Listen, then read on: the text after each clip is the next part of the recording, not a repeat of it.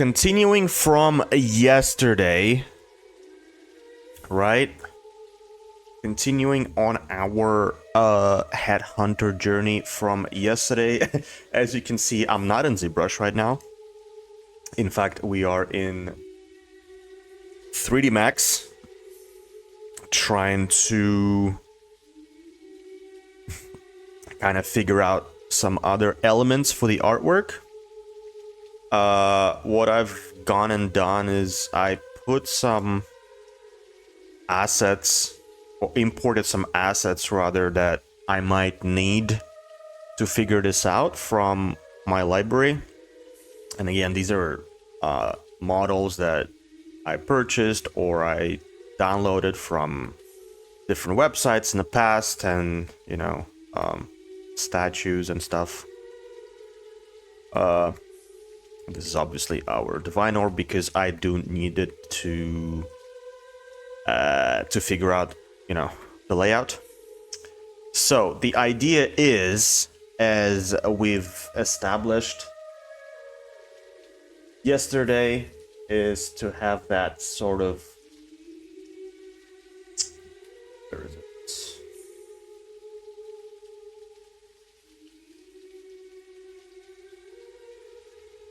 To have that sort of structural or architectural border around the main design, this type of thing. And you know, for that we need some type of pillars, some statues here and there, and like a pedestal or some sort of, I don't know what to call it, like the centerpiece that will hold the divine orb in it. Some sort of casing for divine orb, right? And so that's what all these elements are for. We're going to start figuring it out. Which pillars to use, which pedestals, how am I going to position all of that? Do we maybe need this ornamental kind of base? Or, well, technically this is like a ceiling molding. Like a very classical French type of mold design for the ceilings. So maybe that can go on top. Let's see. Let us see. So,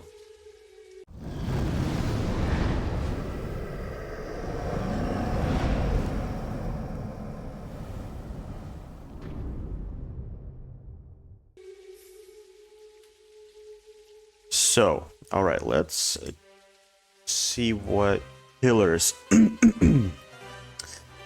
Now, I don't want to overcomplicate it, so definitely don't want this one. So I'm kind of looking at something, either this right here or that. Might go for this, actually.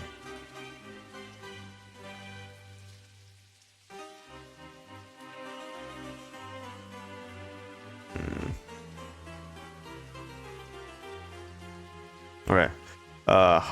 So as you see, they're all kind of grouped together right now,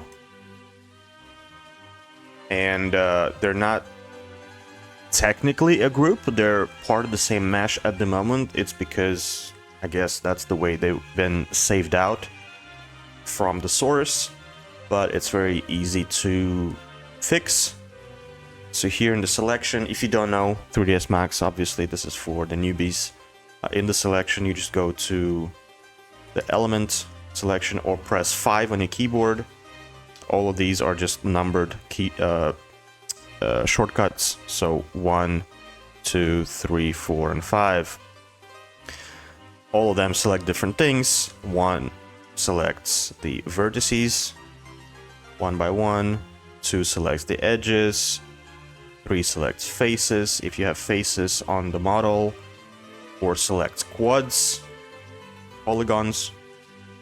And last one, the fifth one, element, selects the whole element or the whole mesh, or a part of the mesh if they're separated. So for example, this one is combined of several meshes, as you can tell.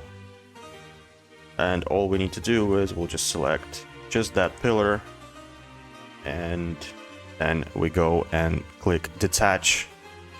Just click OK, and boom, that is now a separate object.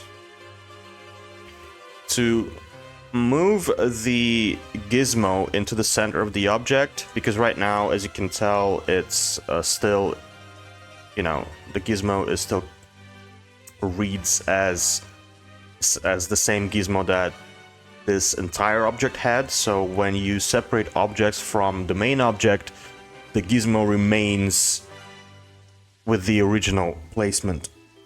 So to change that, if you want to move it or if you want to center it to the new object, you have to go here in hierarchy, click on effect pivot only, and then center to object. Simple as that. Boom. Now it's right in the middle of this object, and we can just move it around like we want to. Okay. Easy peasy. I guess we can remove the rest of them. Don't really need them. Actually,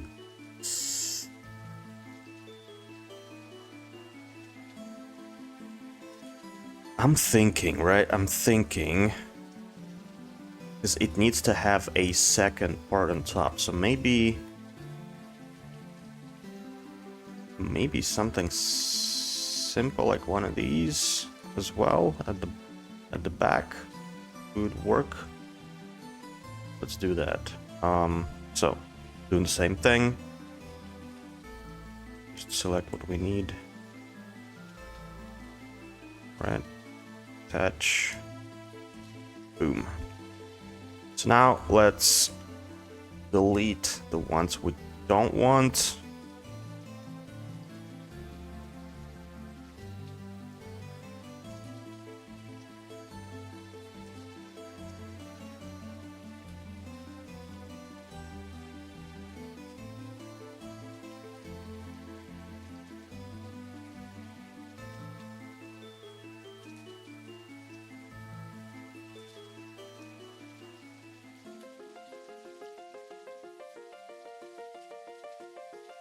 Let's group the statue. Boom, boom, boom.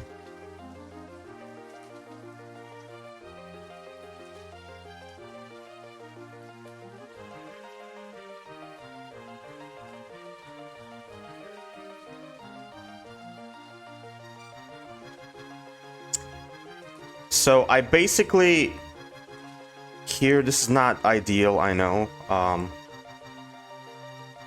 The fact that they're kind of clipping into each other, but it's not clipping too much. It's because if I place this right in the middle too, then we don't have enough space for both of them. So, and visually, you'll only see the front of those elements anyway, so it's going to be like this. Which is why, if we move it slightly to the back, so it does not kind of break the statue apart, like visually. Here it just looks like, you know, it's behind the statue.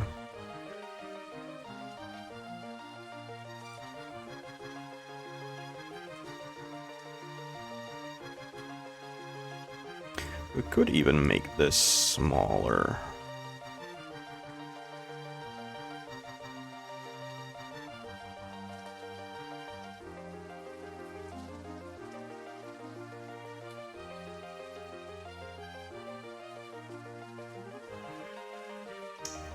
I mean, let's see.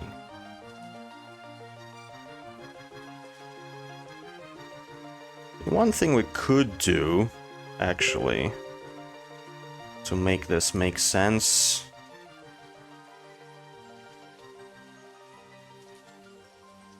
we could place it on the ground. Let's make a plane so we see where the floor is.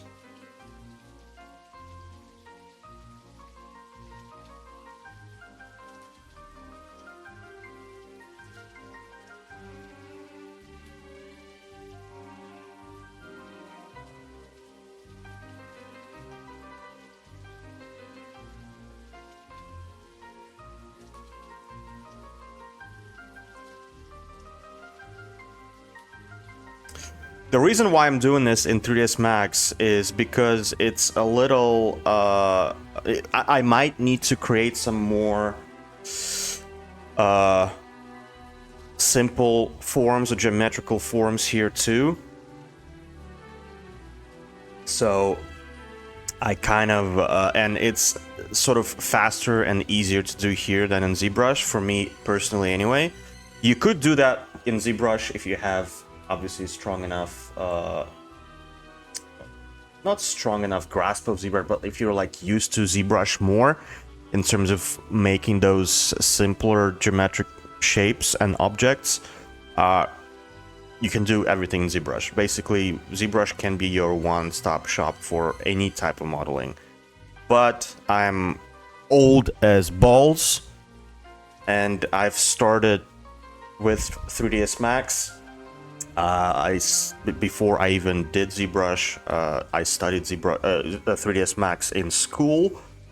That's my background, so I'm just more comfortable quickly putting things together in 3ds Max when they're simple enough, and then when I need to then add detailing or do some organic modeling, all of that basically happens in ZBrush.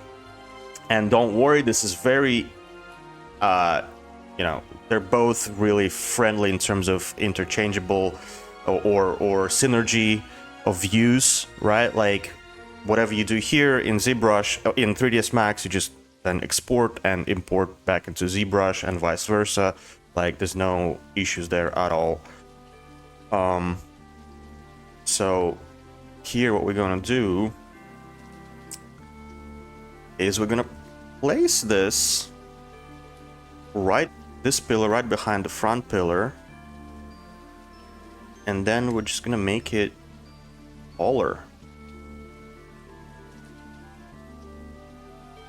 Or even better, because I didn't think you would be able to... Okay, to make it a little bit more realistic, we'll make it shorter instead, and then we'll make 2 of them. Okay. And now we just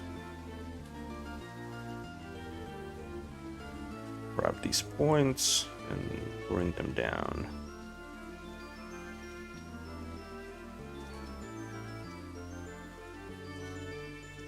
And having these kind of kits and models in your library is very useful because, you know, they already have all these details on them, so you don't really have to spend much time if you're just doing your own things, right? Like me.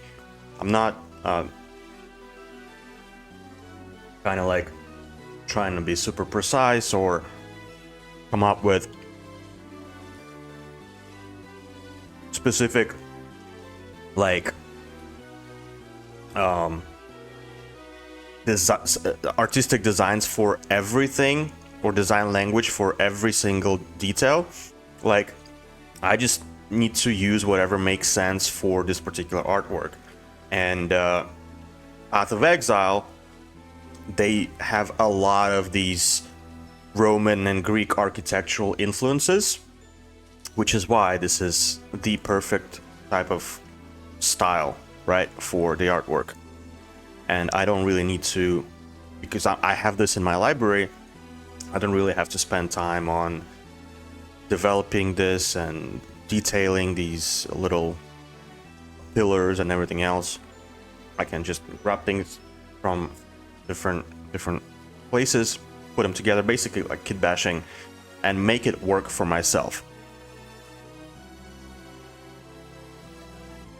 Okay, so now we have this one pillar, and what we do is we'll just duplicate it and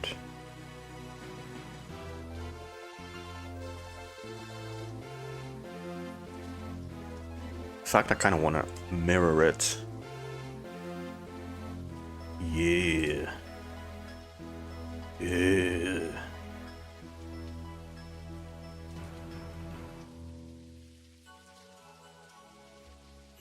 Boom.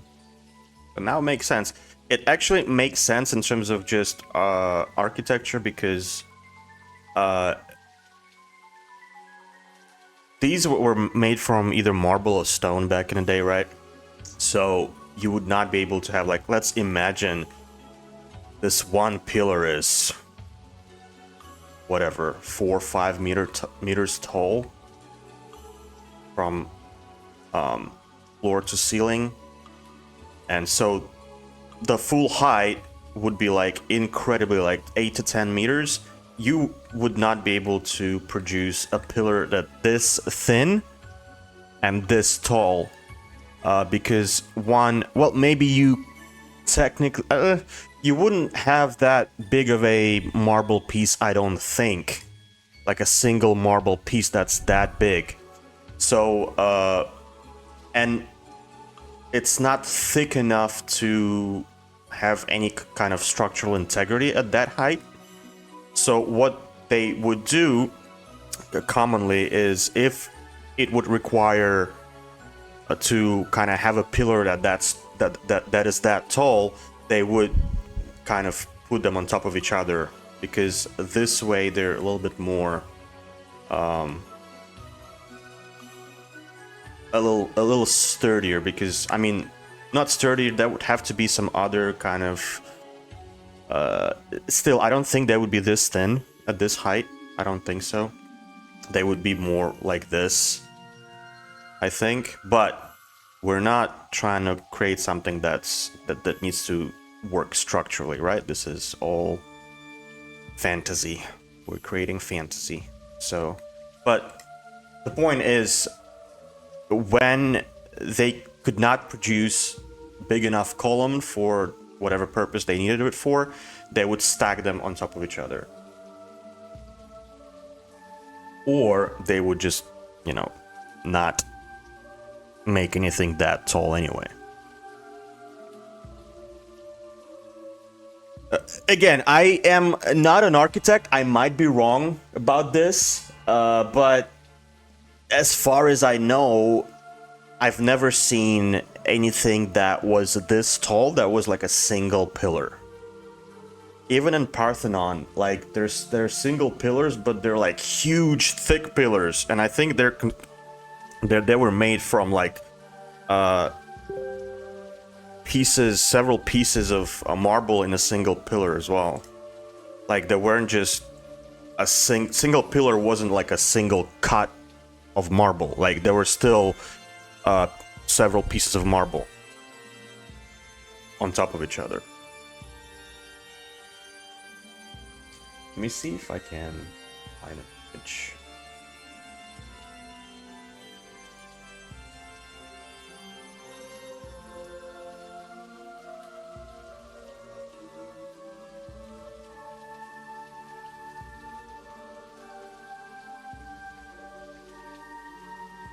Yeah, perfect. There you go.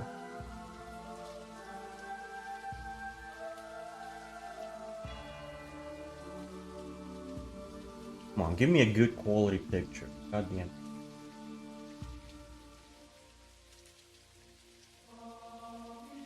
There you go. Yeah, this is perfect for what I'm describing. So, as you can tell, like these are huge pillars, obviously. They're really tall from the distance. You can tell from the distance they just look like a single pillar, but when you zoom in or you look close enough, here on this image you see it perfectly, like they're actually made of several pieces. Like you can see the seams right there. Like this, there's a seam here, there's a seam there, so this is one single piece of marble, then there's another seam right there, so this part is also a piece of marble, and then the top bit is also constructed of several pieces.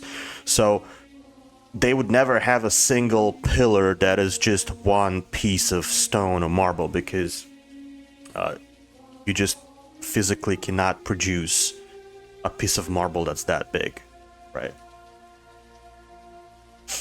So that's what I'm saying.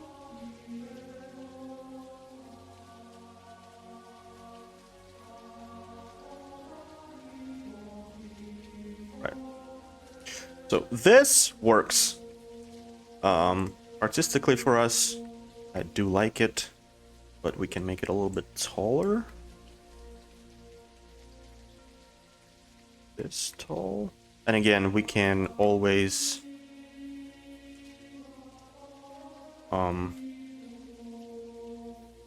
adjust this later.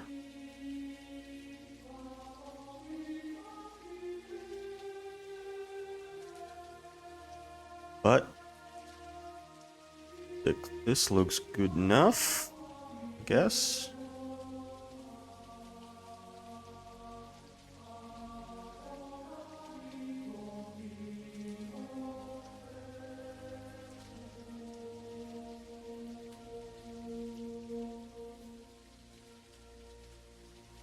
Now, for the bottom, actually not the bottom, let's do the placeholder for the divine orb first.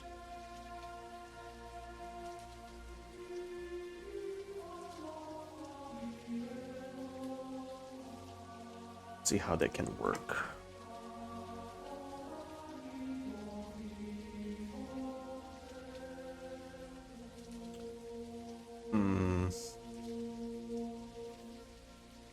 Kind of think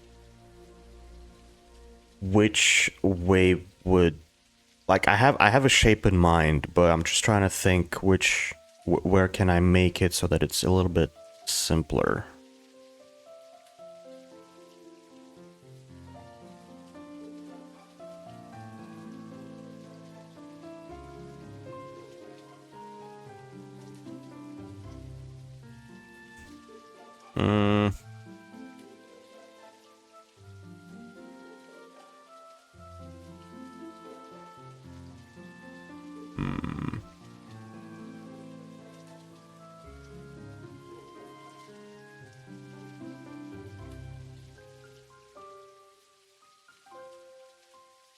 Okay, yeah. Got it. So,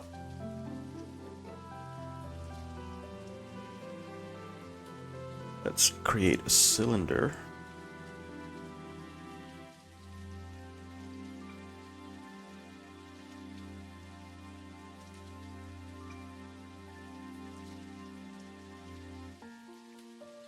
Cylinder with more sides. Let's have 100.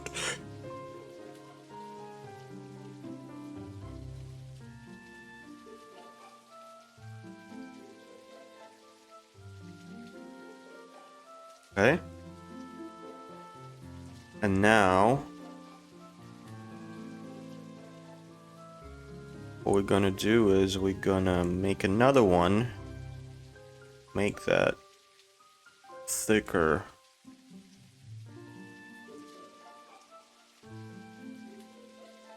Do that. And now we're just gonna cut it through with the Boolean mesh, which is in compound objects, Boolean. Boom, and then we say subtract. Now we have a ring. So, what the?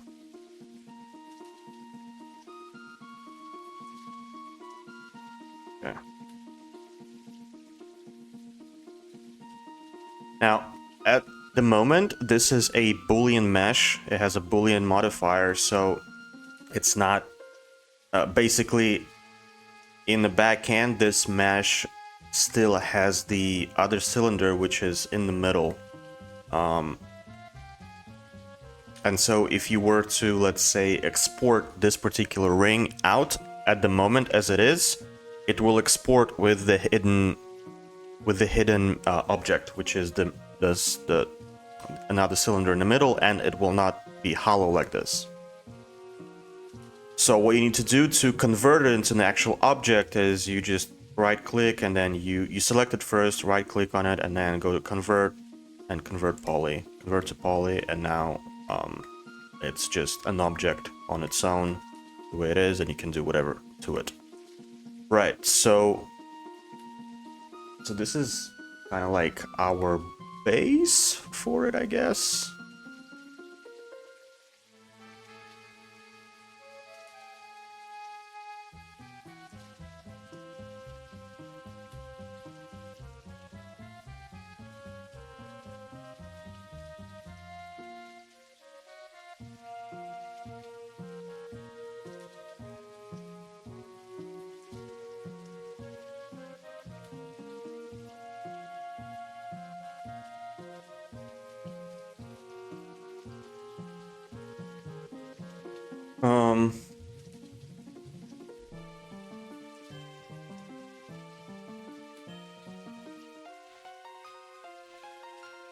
And we can do another ring around it.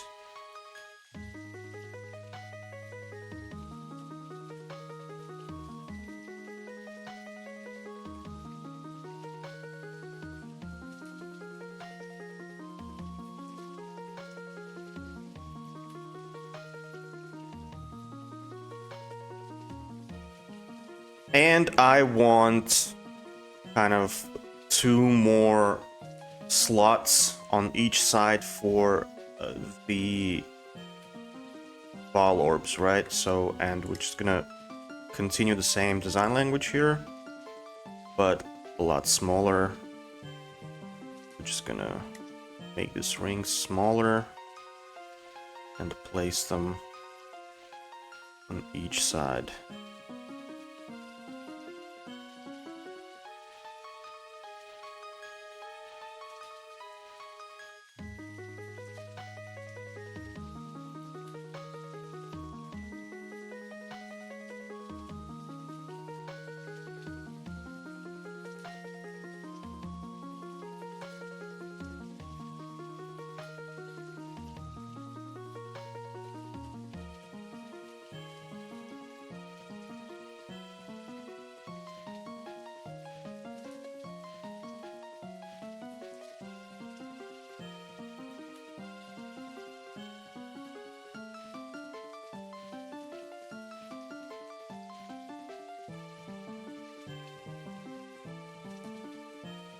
Just gonna make it so that it's kind of connected to the structure, you know. Hello, Mosarahiki. Good morning.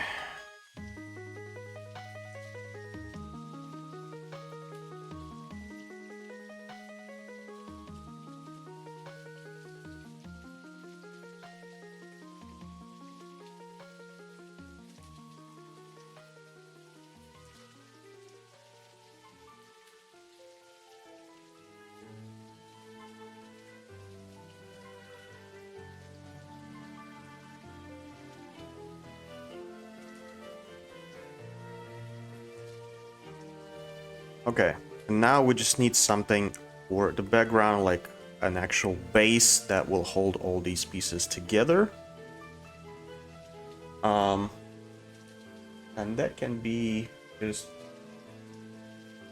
a simple plate, right?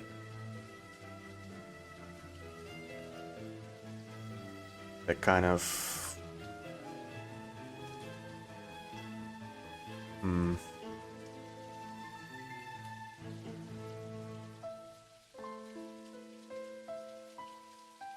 Is it still a Headhunter art? Yes, it is. Absolutely is. We are working on on the details or the layout of the piece.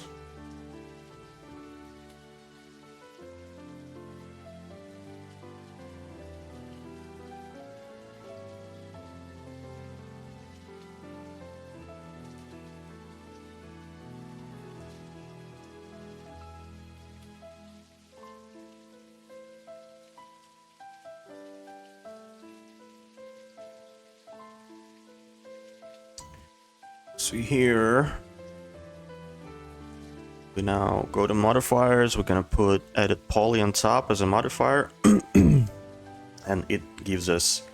So basically, let me go back. Now to start modifying this topology or modeling it really, because as you see right now, like I only have these things that I can do to it, which are parameters, which is just changing the amount of segments or the radius and the height of the model. And for example, I cannot select the faces, I cannot select the edges or the vertices. So to do that, you need to go into edit poly mode. To do that, you have two options here. You can right click while the mesh is selected, and you can go and convert this into editable poly. But all this does is it collapses the model and it just converts it completely. And you will not have the basically the access to these parameters once you do that. So to keep the parameters and still have the editable poly version on it, you can just go into modifiers and add the edit poly as the modifier on top. And this gives you all the editable capabilities that you need, and you also retain the base options that you want, and you can go between them at any point. So what we need to do here is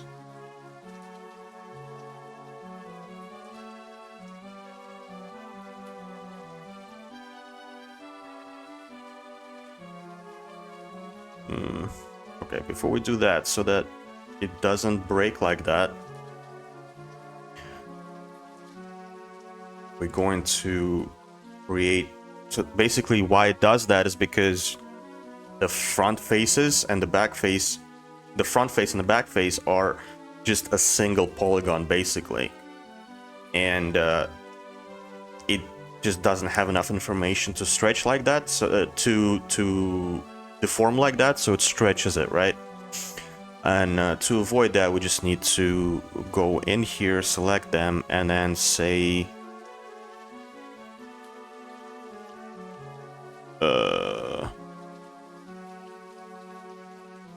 insert. No, not insert.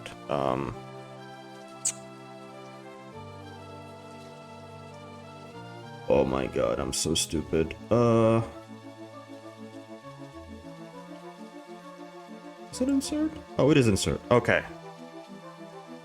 It's been a while since I used the Max. Anyway, so that's what happens. So now we're creating more information on those faces, and we can keep like kind of going, pressing plus, and it just keeps on creating these rings of polygons, and that gives us extra information. So now if I pull these out again, they're not gonna break.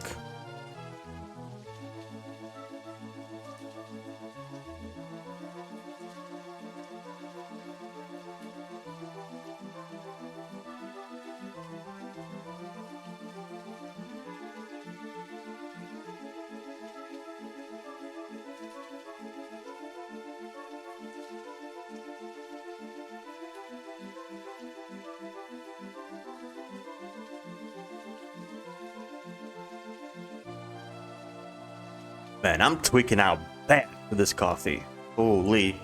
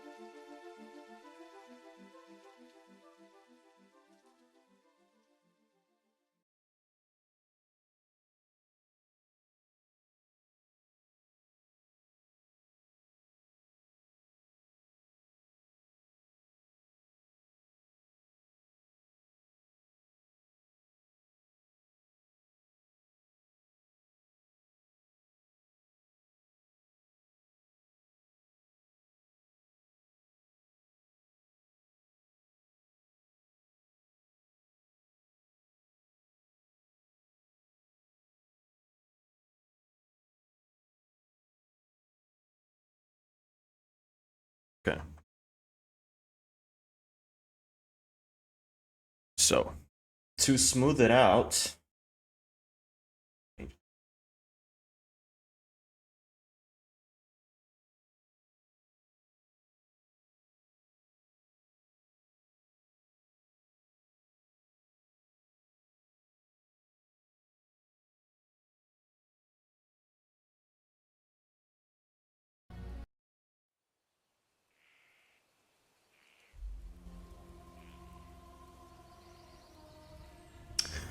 so to smooth it, we just need to... So, let me just show you what happens if you just drop a Turbo Smooth on top of this. So again, it's in modifiers, Turbo Smooth. And basically it just, you know, smooths the shape. But what I want to retain are sharper angles, sharper edges rather, around the shape. So to do that, you go back to Edit Poly, select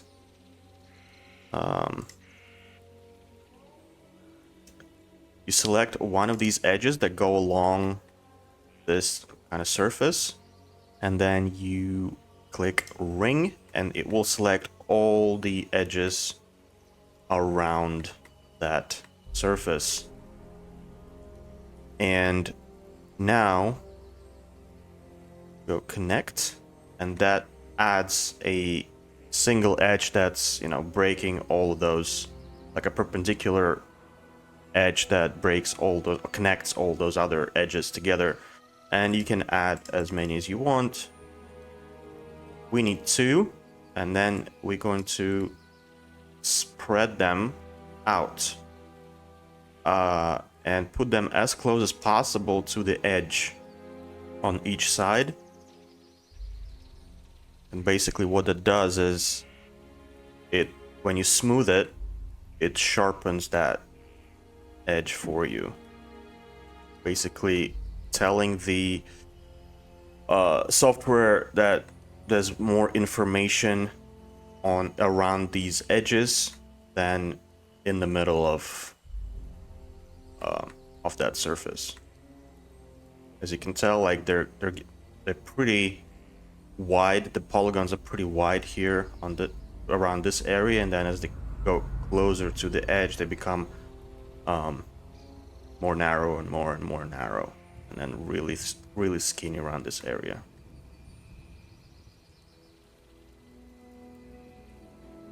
The reason why you want to do this is because if you don't have Turbo Smooth at all, you just basically only have super sharp edges, and that's not realistic. Like, you're not gonna have good results with just having this, because nothing in nature has a perfect kind of like 90-degree angle, right? Like, that's just not something that happens, and it's like too artificial, right? So what you want to do is you want to add some sort of curvature to your model, and that also makes it a little more interesting when it catches light. Like, if you have curved edges, it's always like it will catch the light in different ways. It'll make it a little bit more dynamic looking, especially if the finish is metallic or some kind of a shininess. It got some kind of shininess to it. It reflects light, and yeah, it's so much more interesting when you have that curvature on your edges instead of just having two edges perfectly next to each other, because then the light doesn't bounce anywhere. It just, like, it doesn't read that there's any surface in that area, and it just kind of like, it either goes to this plane or it goes to that plane, and it bounces off of them. Whether when you have a curvature, it kind of like reads all that as one sort of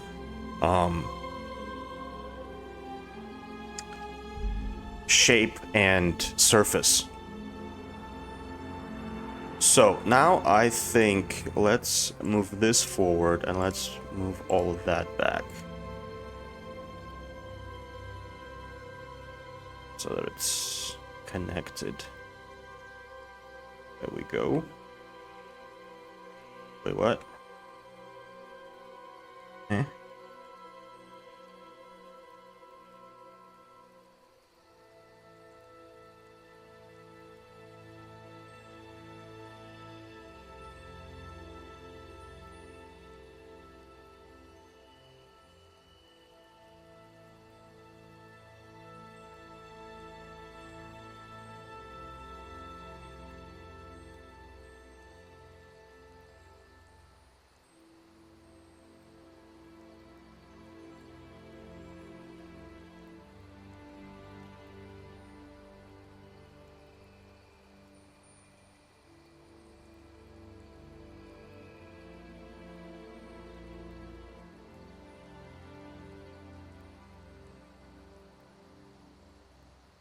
Okay.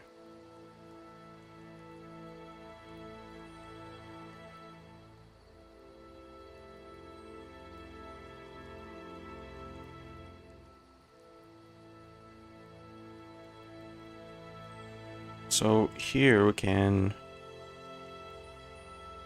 yes, add some more detailing.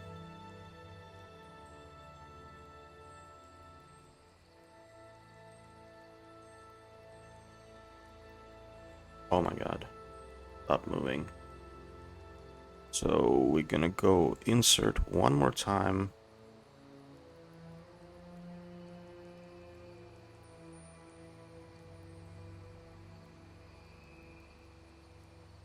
And then we're gonna do extrude. Negative.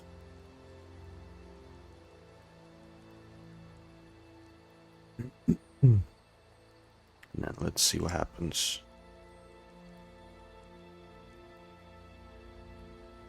Okay. I don't mind that.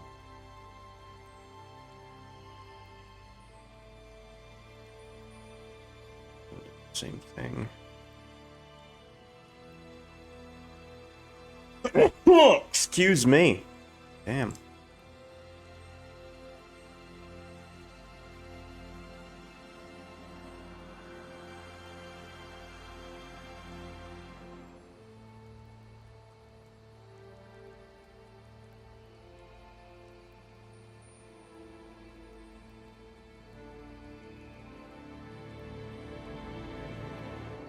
Okay, and now we're just gonna place some spheres just for extra detail on there.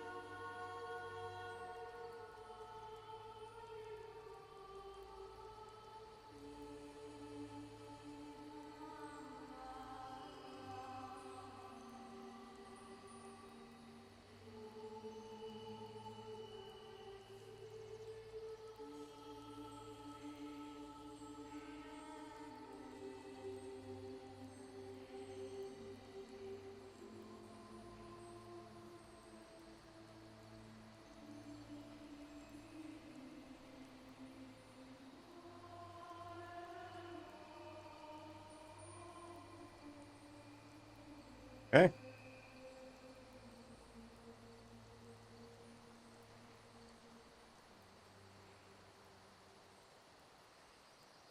Here's our, I guess, placeholder for the divine orb, and then we're gonna have ball orbs in these slots. Obviously, I'm gonna sculpt it a little bit more when we're gonna place it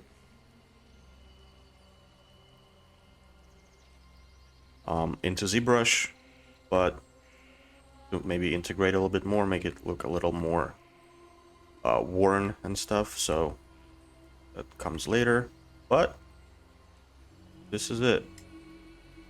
Now we need to figure out what happens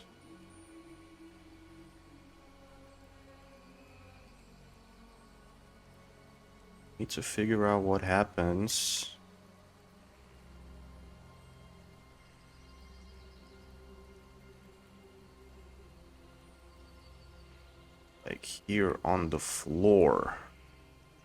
Do I don't know what to add, really.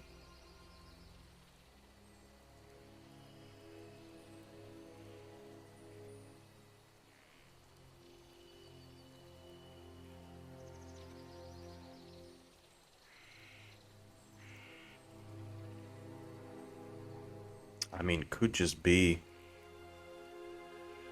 I don't know.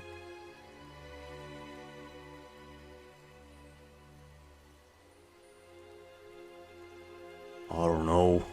Something.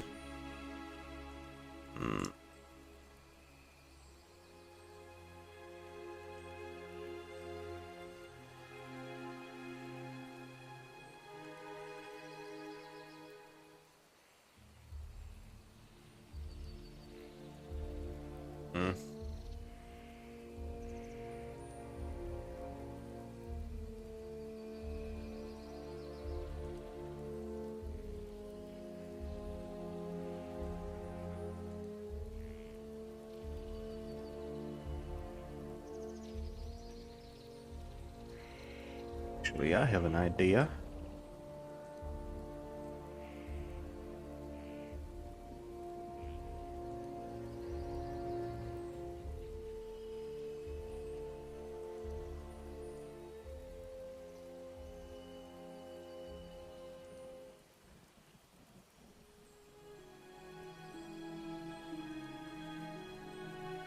I don't know if it's gonna work. Could work. Yeah, there you go. You go. Could work. Oh, hell yeah. Boom. This will make it more interesting.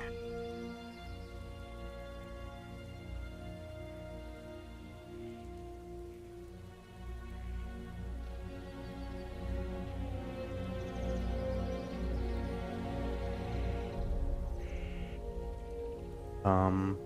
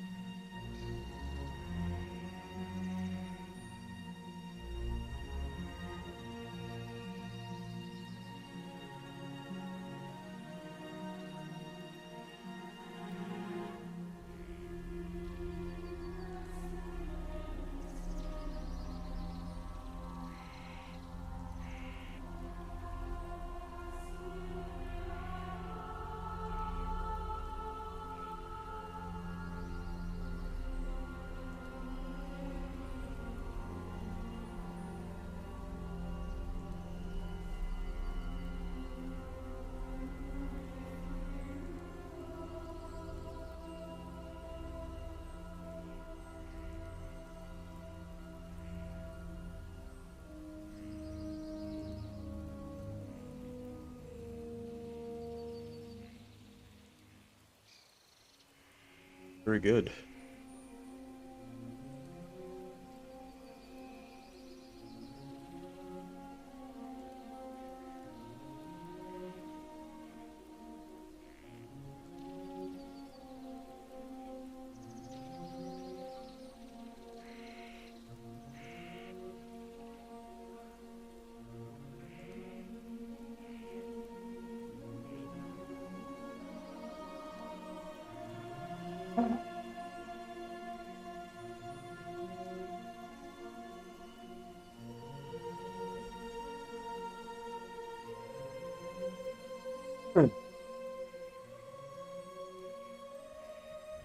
And the top can be... actually, I don't know. Is it too wide? I feel like it might be too wide. But anyway, we'll fix that in ZBrush, the proportions and stuff. Just wanted to see.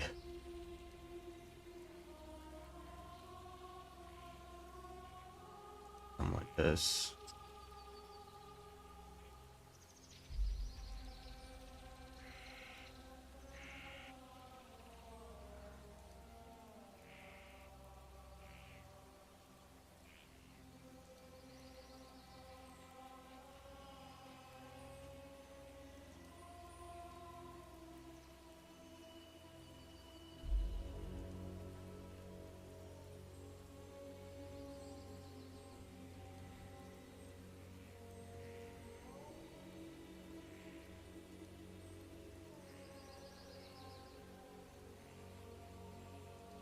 Right, so...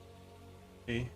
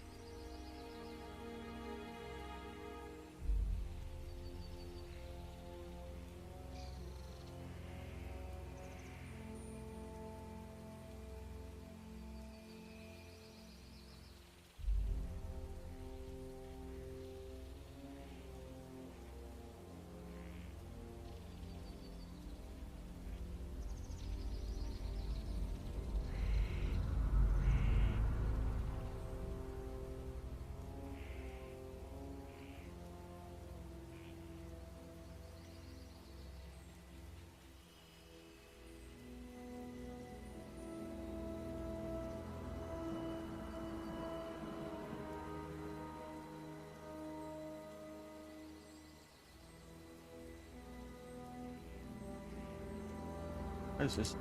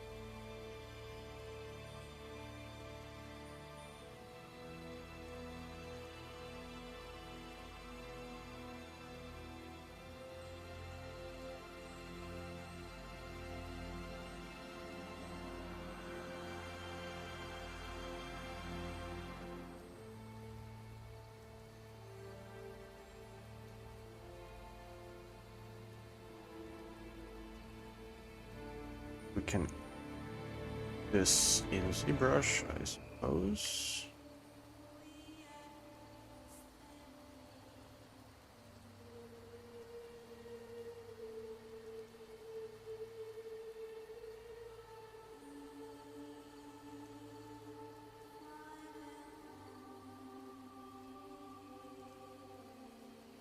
It looks like one of those fashionable styrofoam ceiling strips. So these are called French moldings. This particular one is a classical French molding. They do go on the underneath the ceiling, or sometimes they go as a skirting on walls as well, at the bottom, not just the ceiling, but mostly on ceilings.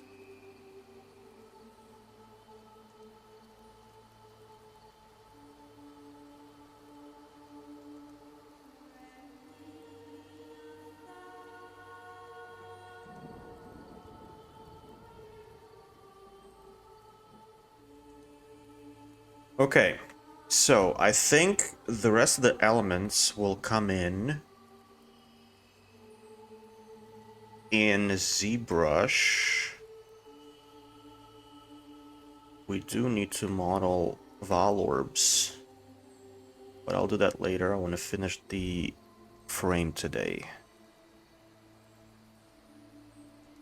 The positioning of it anyway, and maybe aging process. Now, what else am I missing here?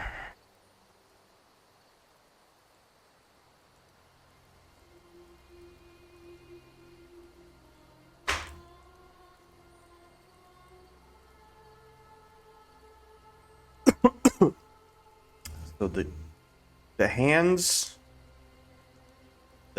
that will come out from the floor, fine. Maybe the weapons that can come out like that. That can also come in ZBrush. Boom, boom, boom. I think we're getting there. Delete this. Let's save this as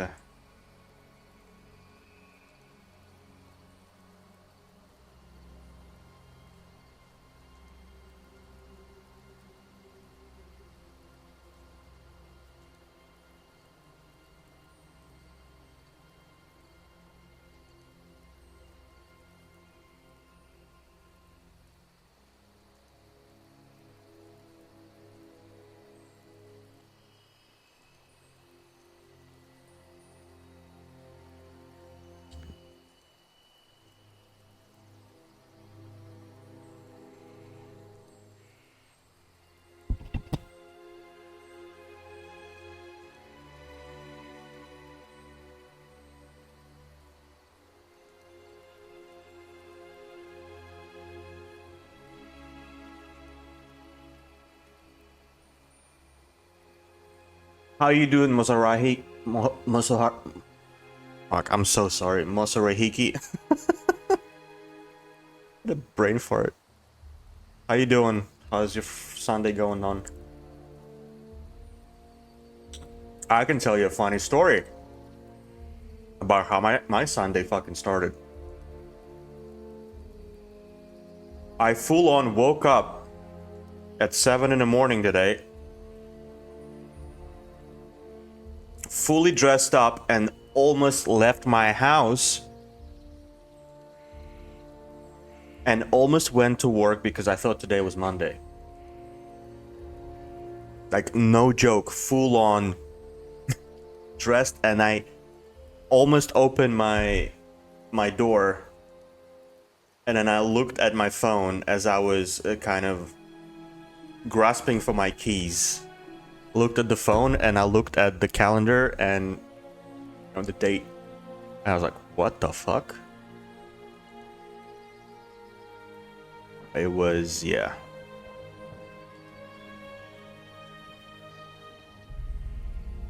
It was funny. All right, so open up our scene.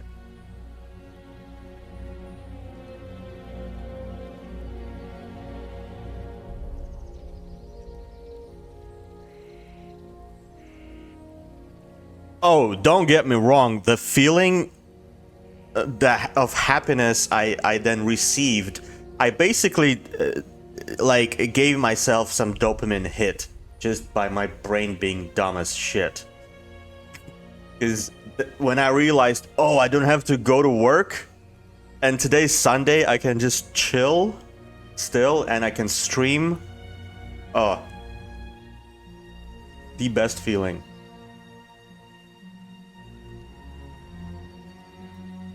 You're in a climbing gym. Nice. Okay. So we have this garbage going on. Let's just get rid of all this. So we're not doing this anymore.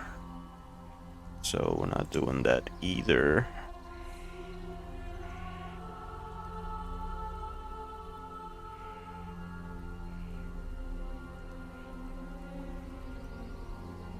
Hello?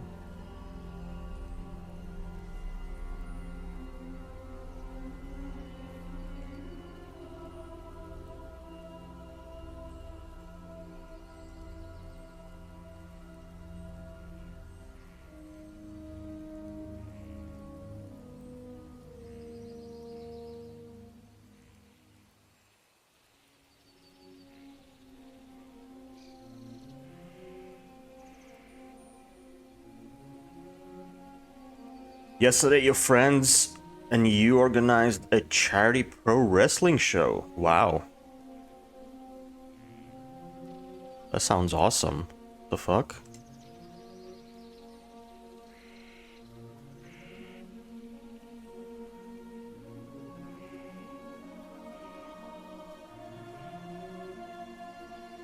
Oh! What's going on here? What the hell?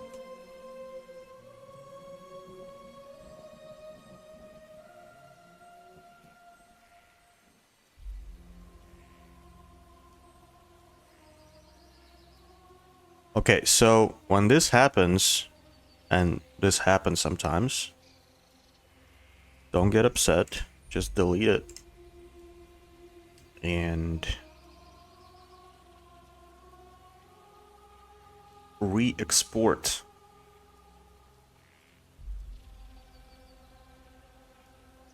Re-export your mesh. What I would do is, because some of these models are meshes and not polys, what I would do is I would convert everything into poly.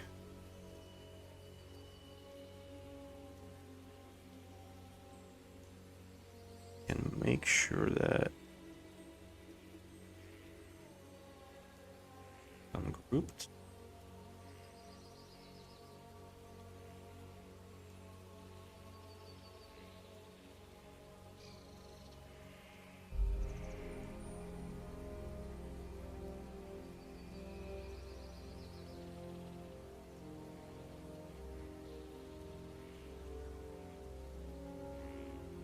So you're a pro wrestler or something? That's fucking wild. Pro wrestler watching my stream. What the fuck? Why? Why? I do appreciate it though. Okay, so now that we've turned everything into polys, we can try to export again.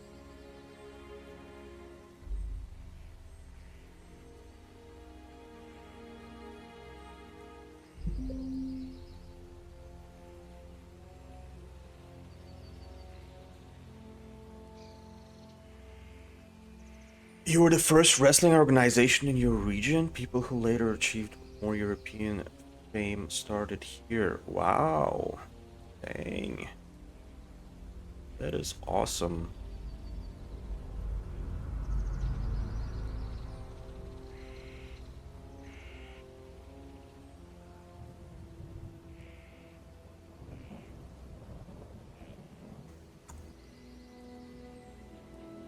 I did watch a lot of wrestling when I was a kid, though.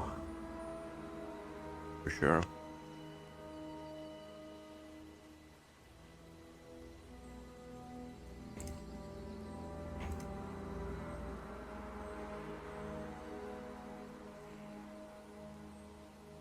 Let's try this again.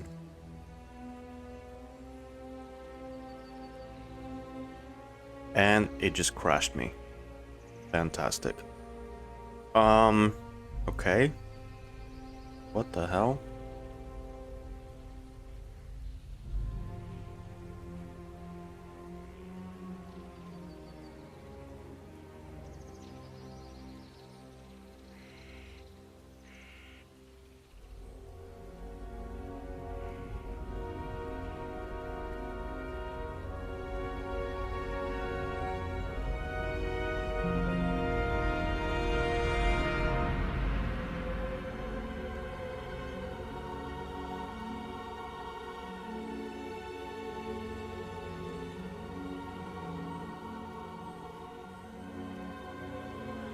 You were training for 5 years and I had a concussion. Then you stopped because of the studies. Hey. Shit, man. That sucks. Then on only help as a referee. And logistically. Dang. But was that something that you wanted to pursue? Like, if it wasn't for the studies? Would you want to keep on doing that?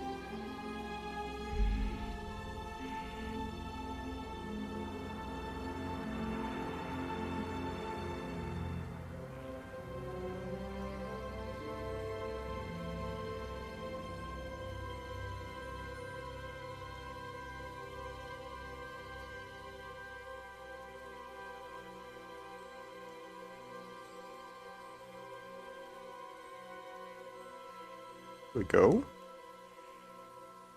Here we go.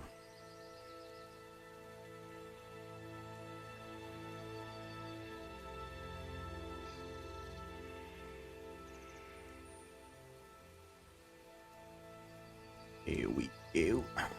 So, let's mirror it.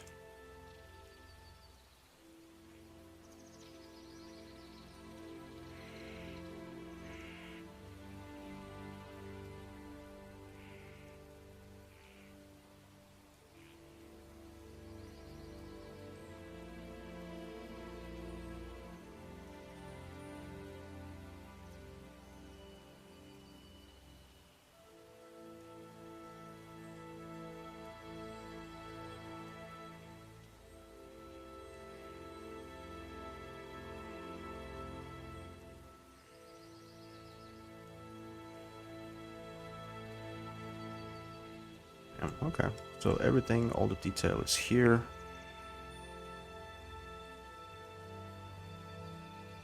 Looking good. Looking good. Looking good. Oh shit, this doesn't look good. What's wrong with this thing? Why are you like this?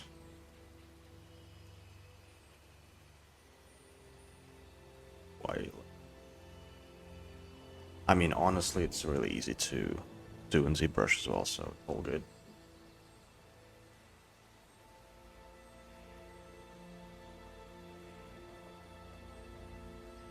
I would remember how to do it in ZBrush, though.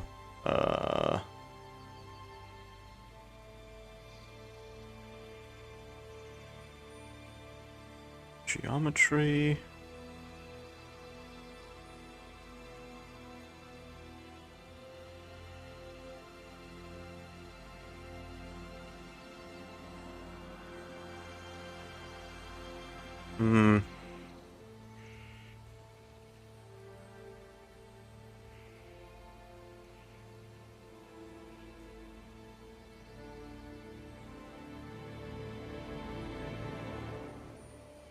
How do I boolean things?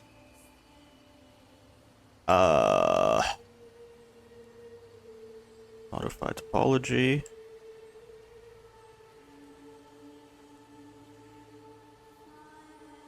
I forgot, man.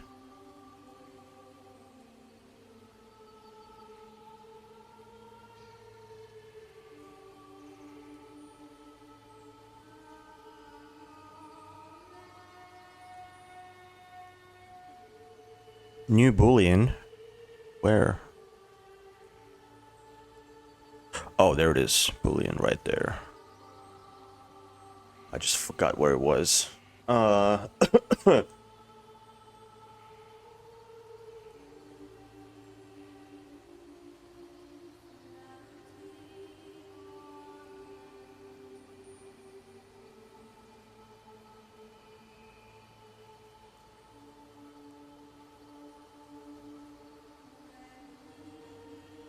Jesus Christ.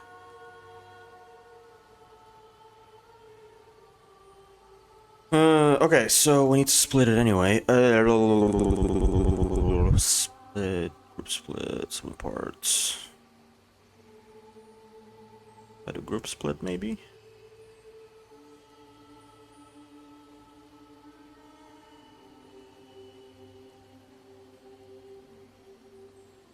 Oh, this will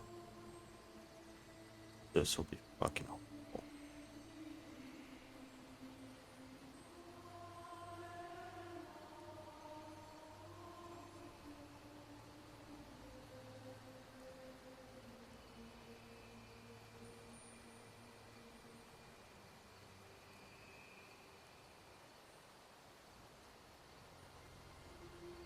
Let's try it.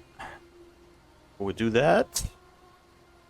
This is, again, so this action is non-reversible, so if you're not sure in something that you're about to do that is non-reversible, just duplicate the subtool and then do the action.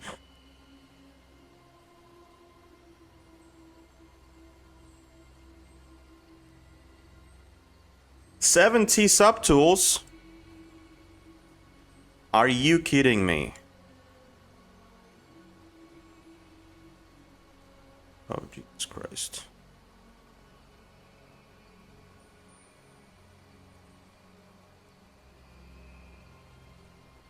Oh my God. Yeah, I was afraid of that.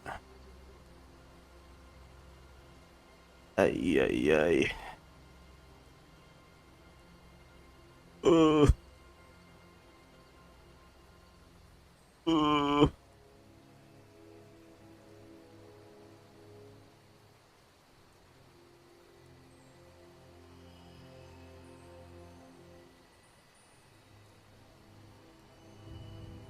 Okay.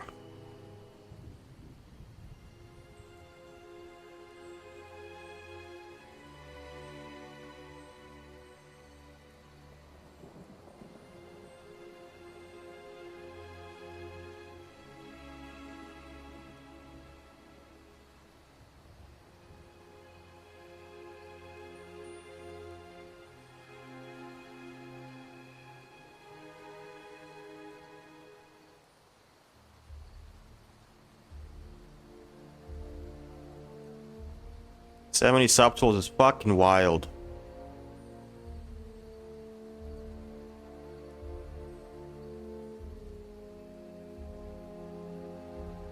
Yeah, man. Okay, now group split. If I do group split, it'll still give me the same thing. Problem. Actually, maybe not. Maybe not. Let's do group split. Oh, shit.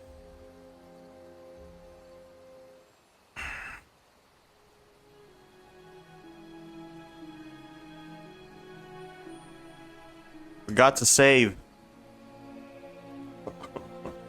As in, I forgot to clone the subtool. Dang it. Do as I say, not as I do, is the point here. But now it's kind of okay, maybe.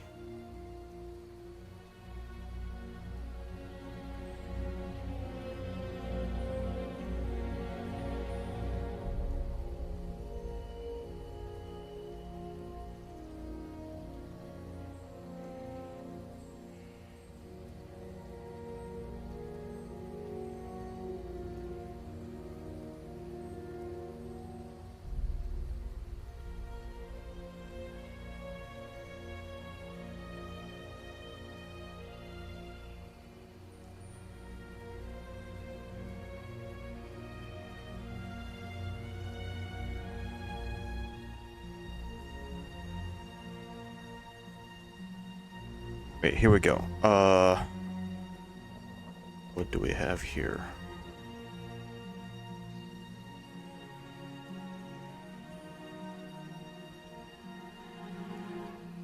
Okay. Okay. Okay. Okay.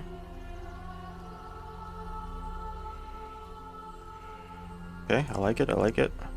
Basically, what I'm doing this for is I need the top bit, the molding on the top, to be one object. I need to merge all that.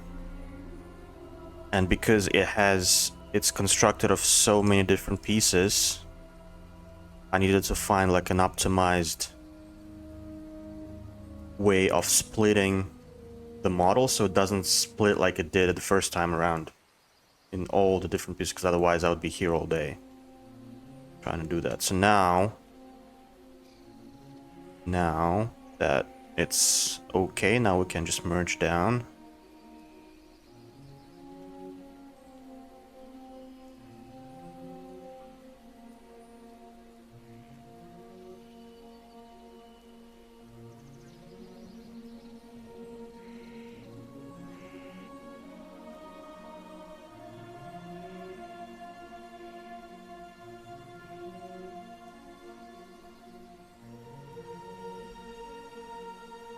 That's it.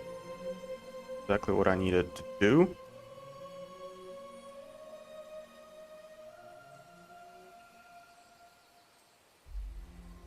Now we have that separate.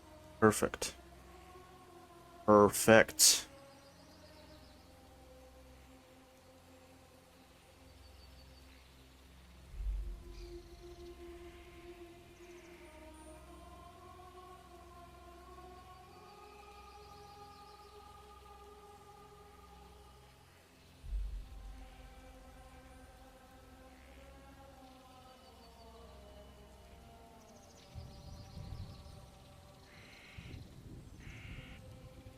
So let's merge the statue as well.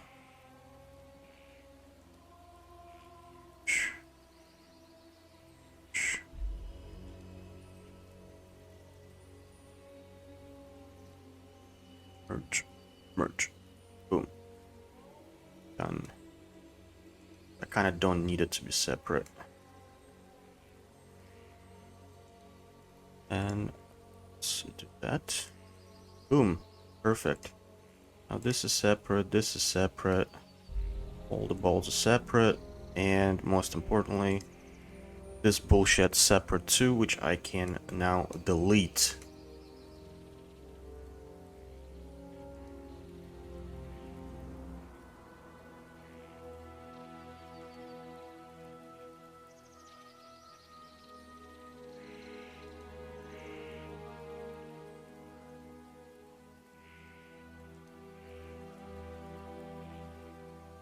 Perfect. So now we can just append. What can we append? Maybe a cylinder?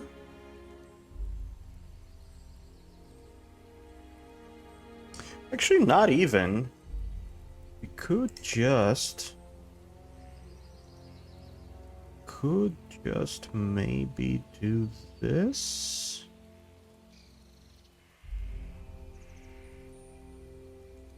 Okay.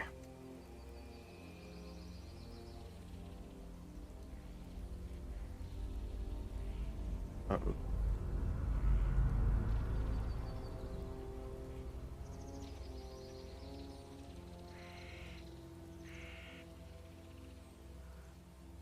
What? No, no, no, no, no.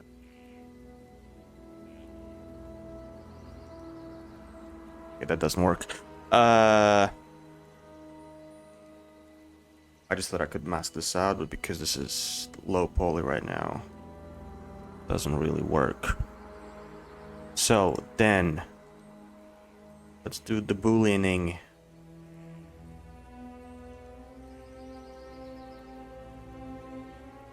Dude, what the fuck?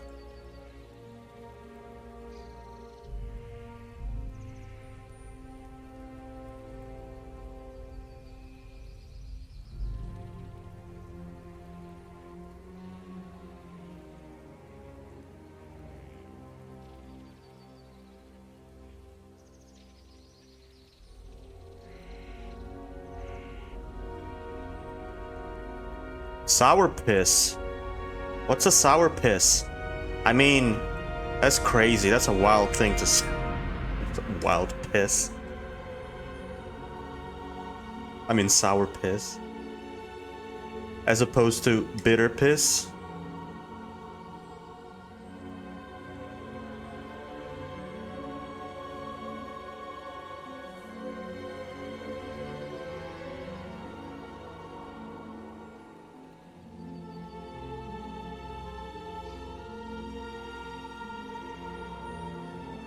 Okay, so now duplicate.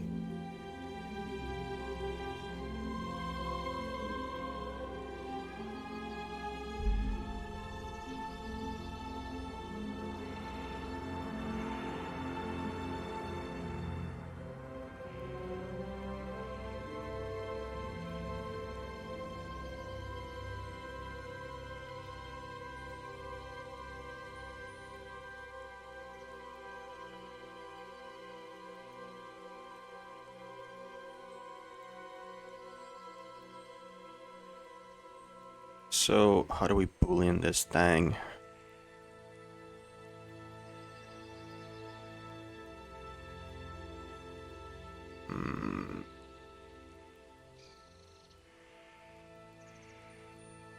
Man, I need to. But it's an emote. Because I haven't seen it. Which emote is that? Sour pit.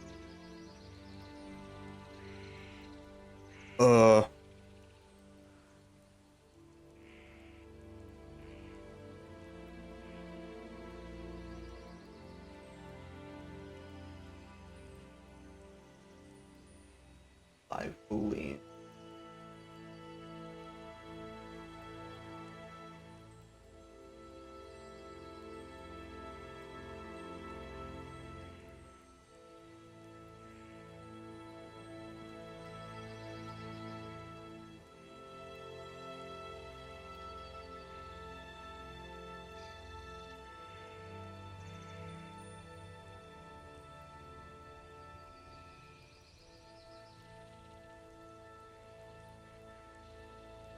Render boolean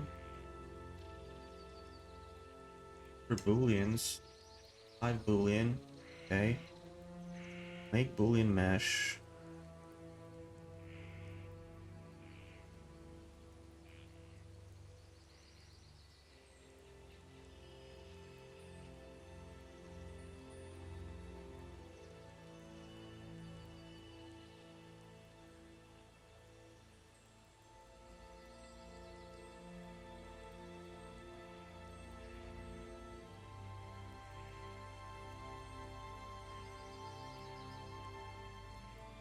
What the?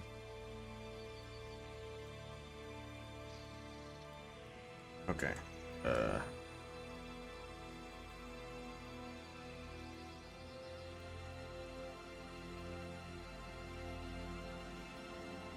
What? Where did it go?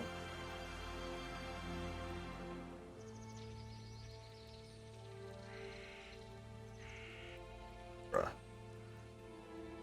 Bruh.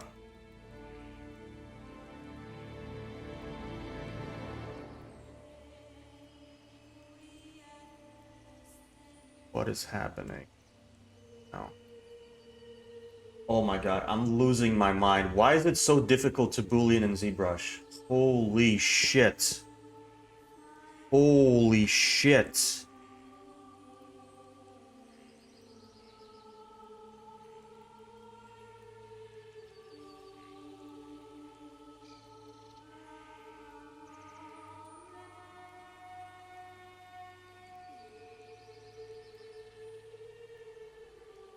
Pixie Software Max on, god damn it. I've never had more of a struggle booleaning things. Jesus Christ.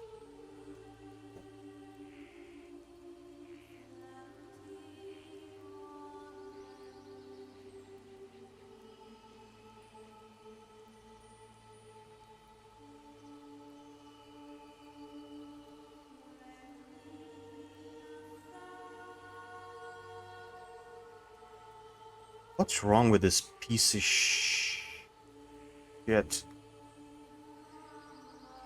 shape? Why is it so hard?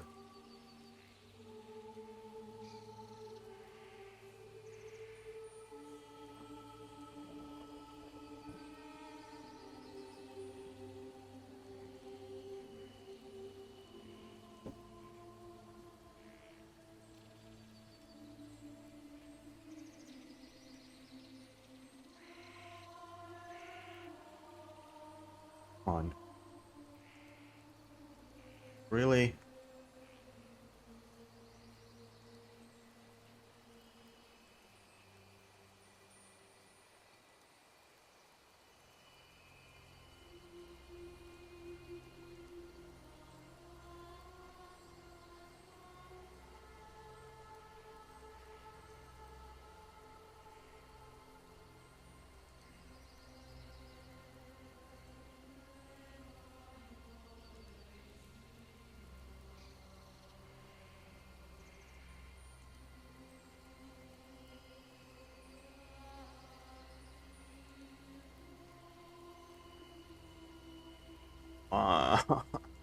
What the fuck, man?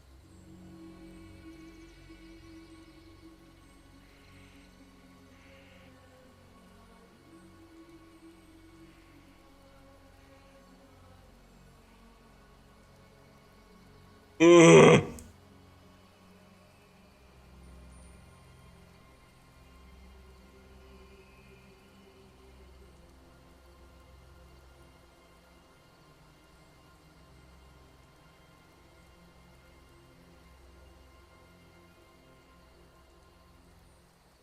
Okay, so inserting. Right.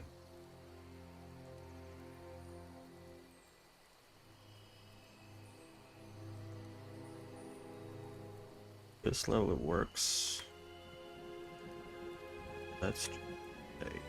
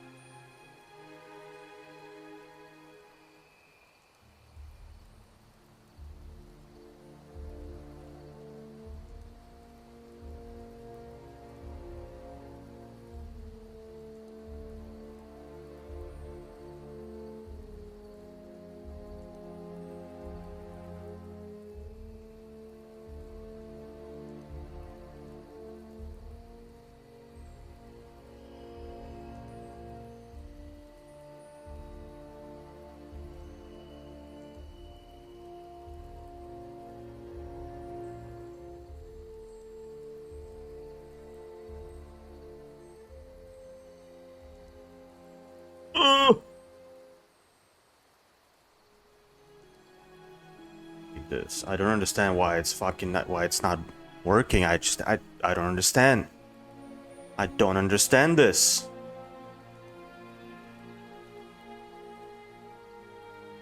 Why? Why are you not fucking connecting?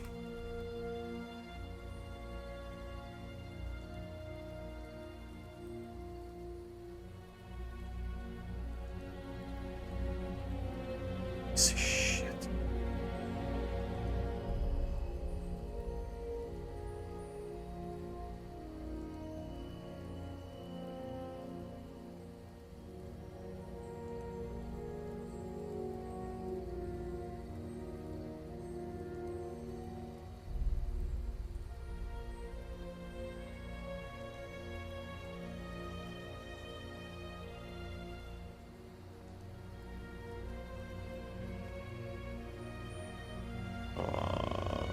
Oh, it's...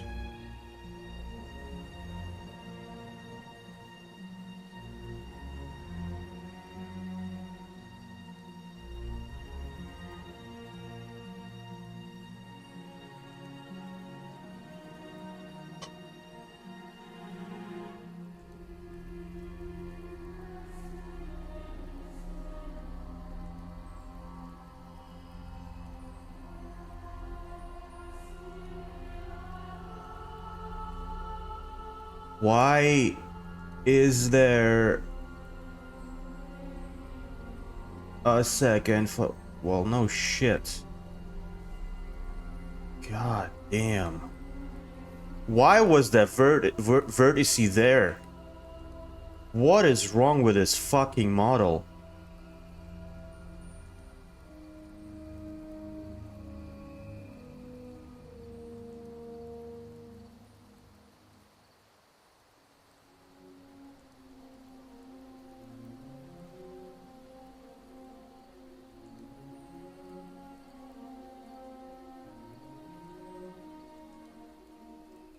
What is this for? Why are you breaking? Why are you breaking?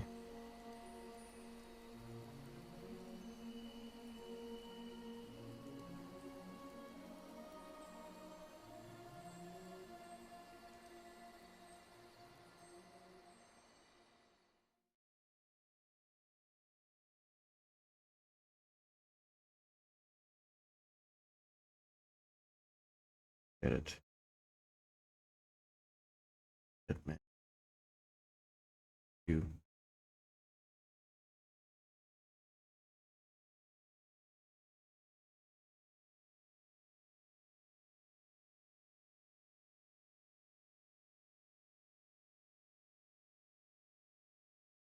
What?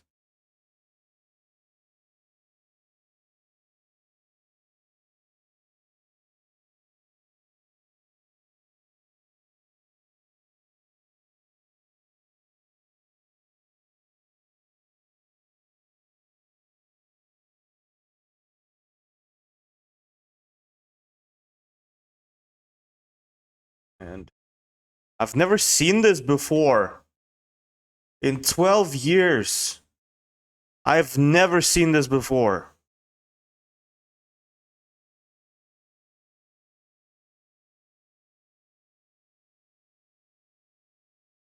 Fixed it? Nope. Crap. It's a dog shit.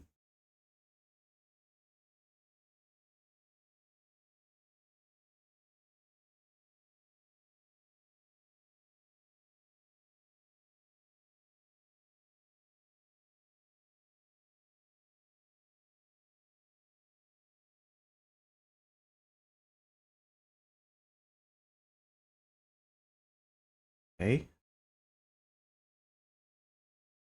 Okay.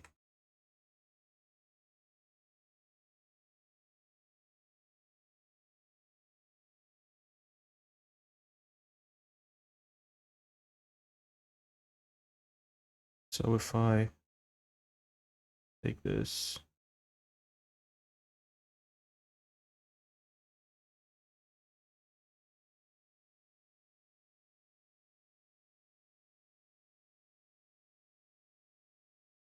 cuts,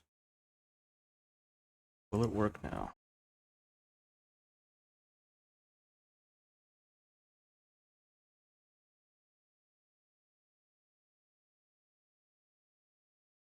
Ugh.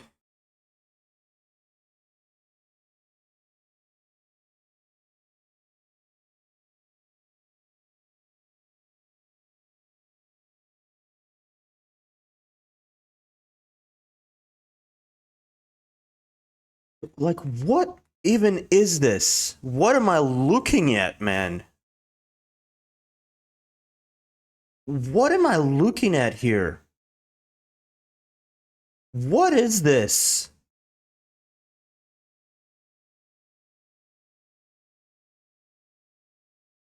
For real, like it's about to send my PC into another fucking dimension. Why is it like this? I don't get it, man. Just don't get it. I just don't get it.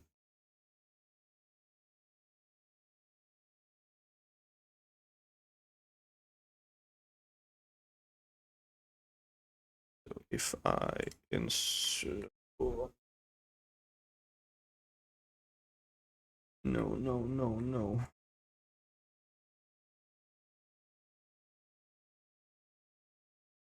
I mean, I know the fix.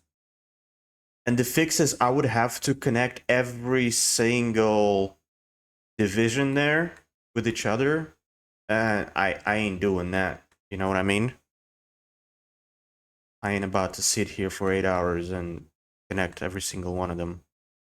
It's not happening. Nope, that didn't fit either. Shit.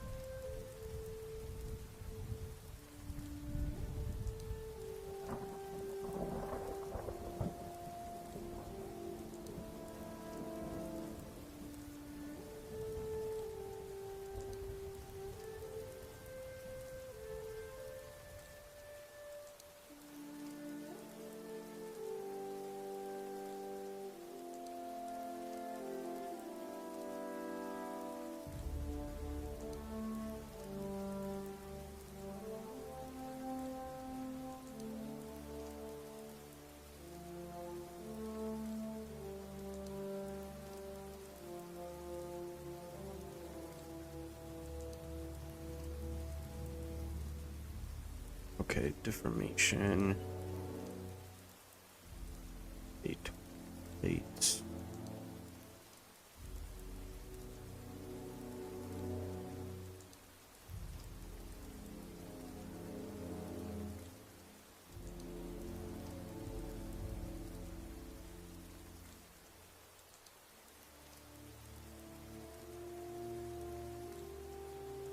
Exactly.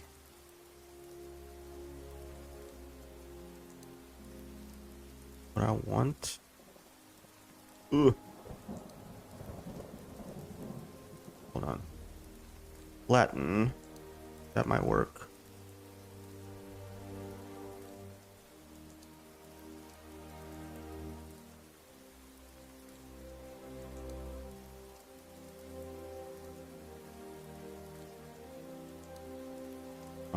Hello?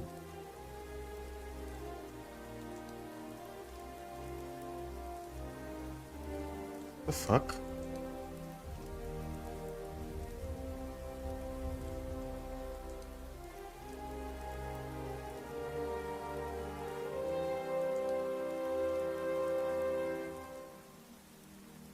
Oh my god, it's working. This is what I want.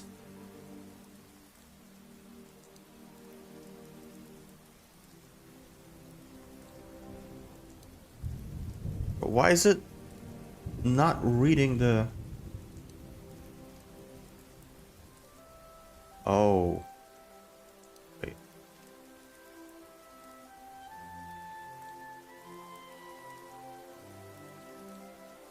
Why is it skewed like that?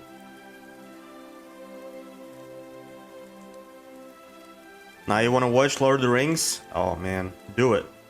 You know what I mean? There's no one's holding you back. Anytime you want to watch it, just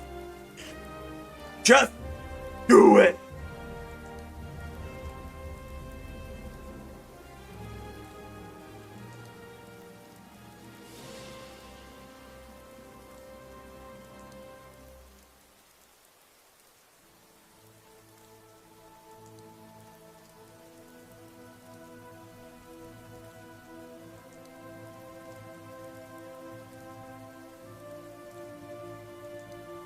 It's so weird how this is not working and why it's not working. I don't understand it.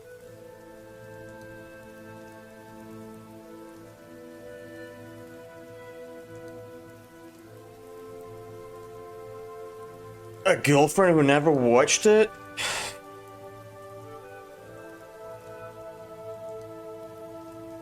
Unfortunately, I had those. Unfortunately. And needless to say, it did not last.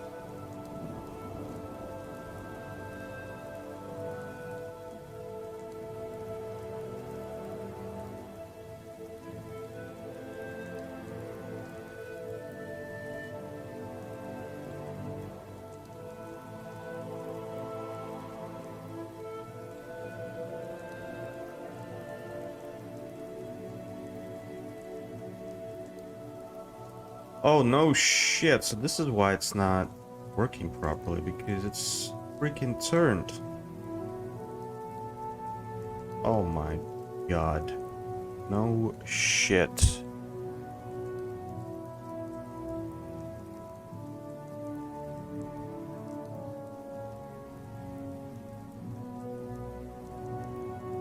There we go. There we go.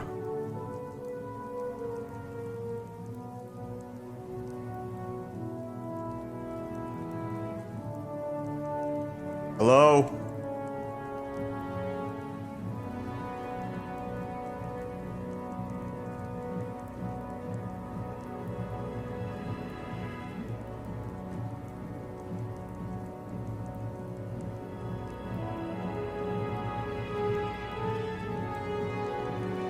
Only took us an hour to figure out how to make freaking rings in ZBrush. Holy shit.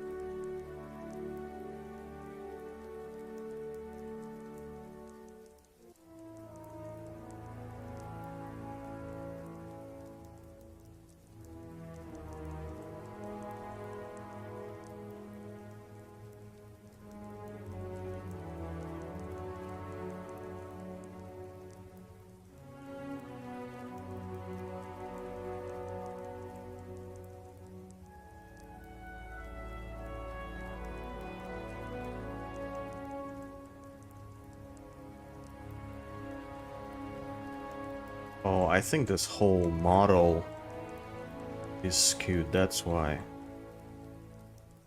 that correct? Not really. Pretty straight.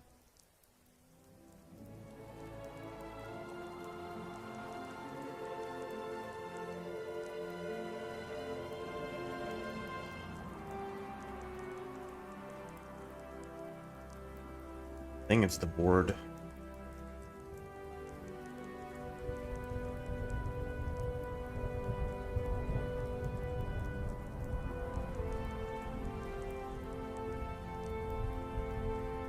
Regardless.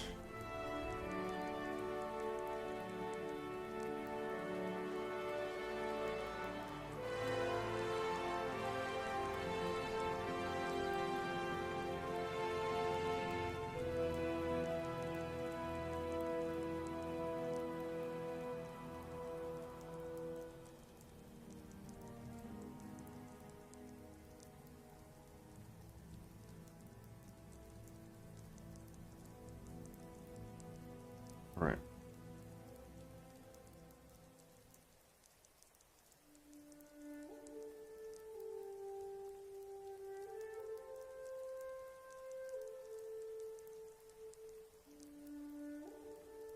How do I want to integrate it into the overall frame? I mean, at the moment, it's just like, it'll be like this, attached to it, but then, you know, wait until I start adding more things. There's gonna be more things on on the pedestal here, so maybe there is going to be something, maybe not holding it, but combines it together, maybe some vines or something like that.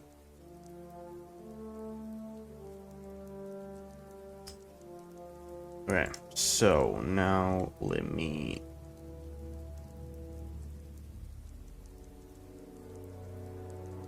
remesh this.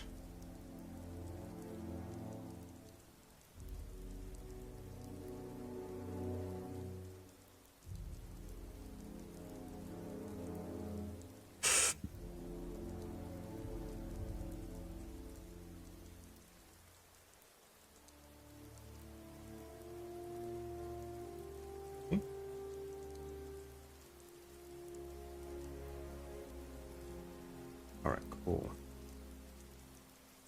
That's fixed. Let's...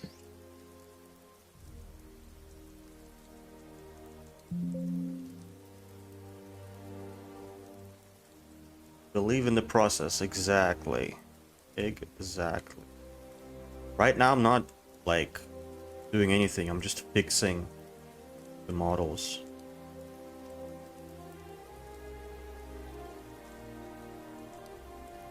So... don't fret, my child.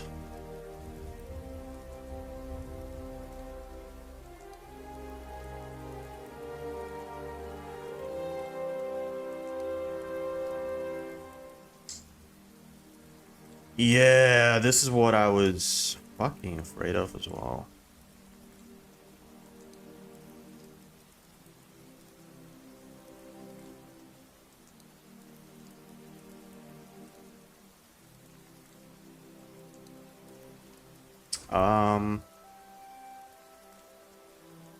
What I can do is following groups.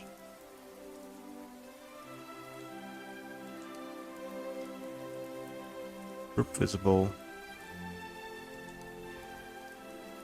Boom. Can work now? No. Excuse me.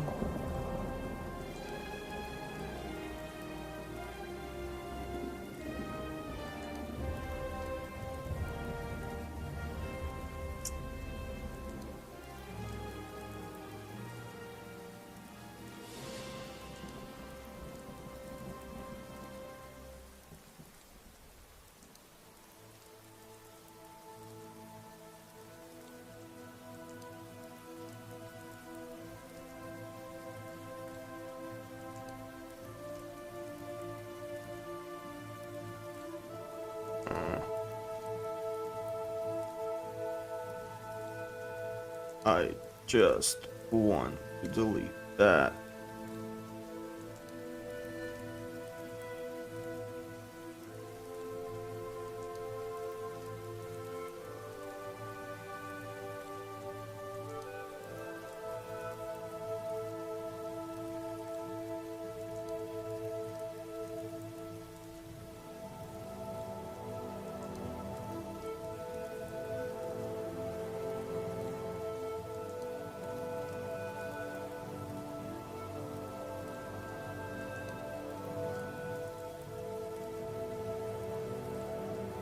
Hello? Did it split?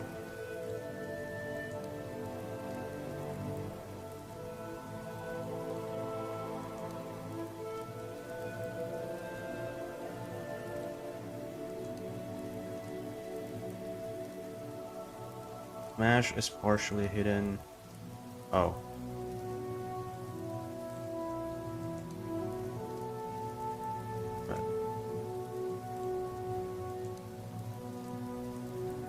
Boom. Boom, okay. There you go. Our trusty masking will always help us.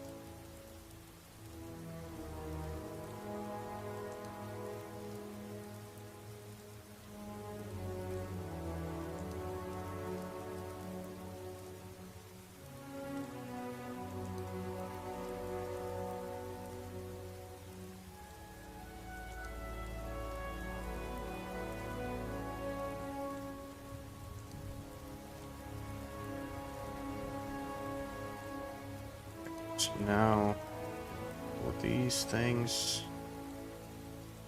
Why is it duplicating on the wrong axis? I will never know, but it is what it is.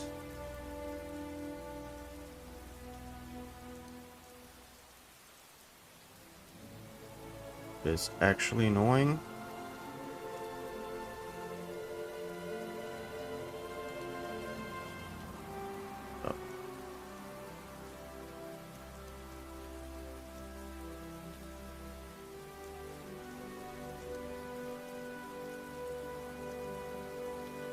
Eight.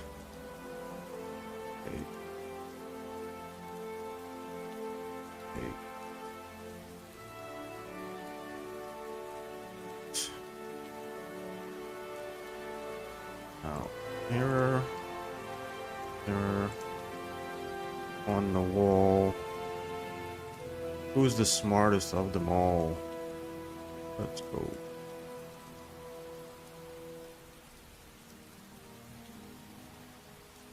I don't know why it does that, actually. I actually have no idea why it does that. Why it fucks up the axis now when I'm duplicating it. No idea.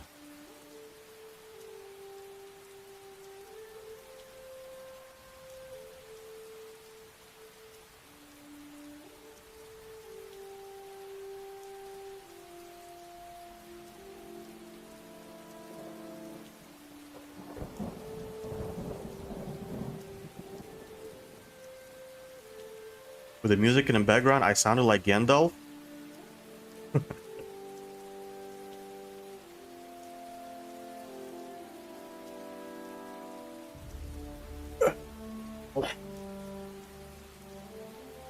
I am flattered.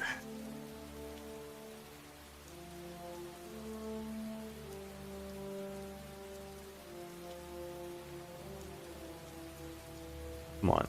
Come on, come on, come on, come on, come on, come on, come on. Select, please.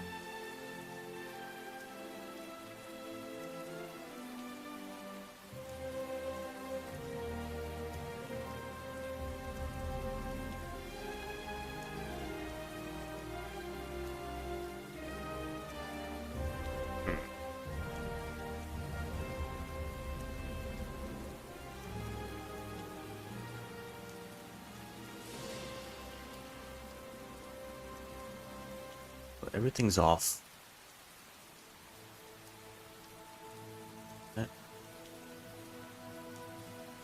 Everything is off. Let's turn off.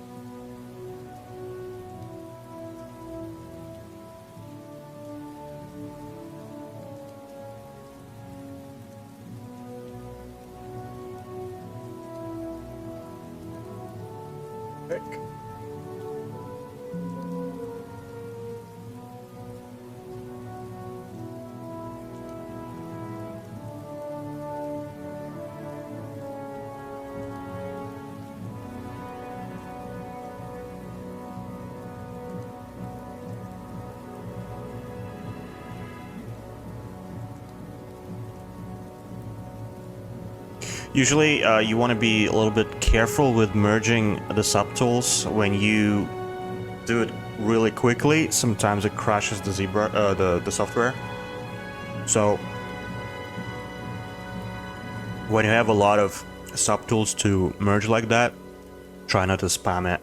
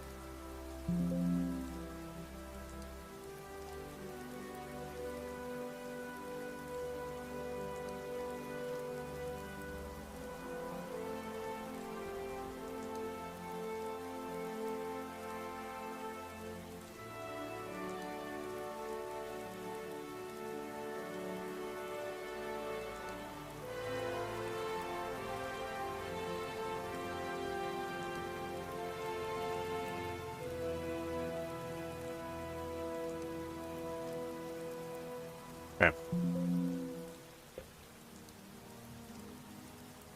Now let's bring the updated dude in. Let's prep him.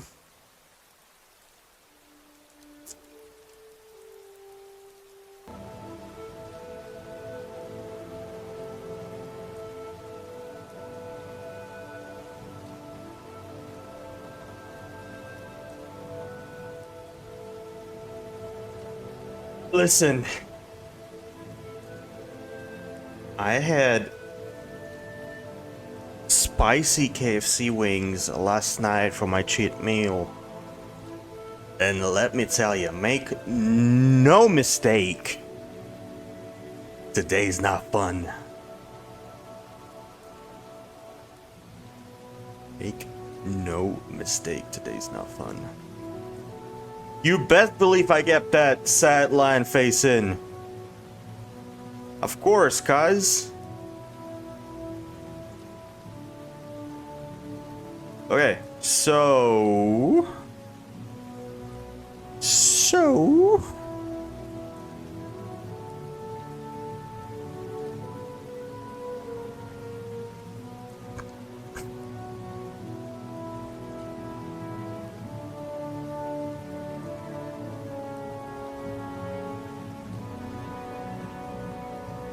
Can I merge? Okay.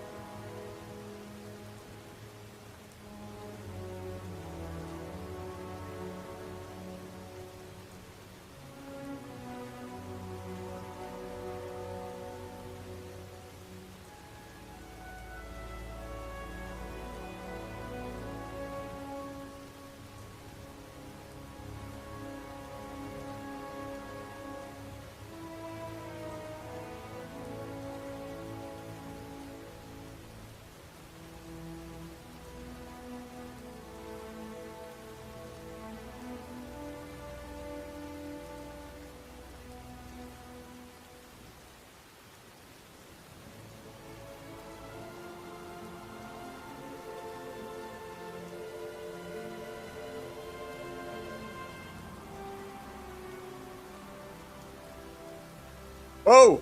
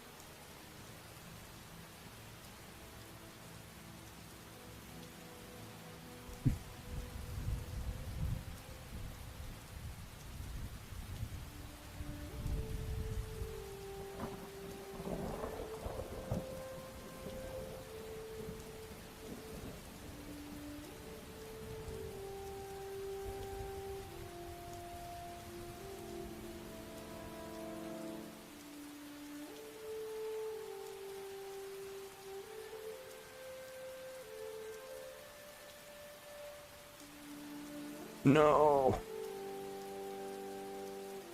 Wait. Wait. Wait.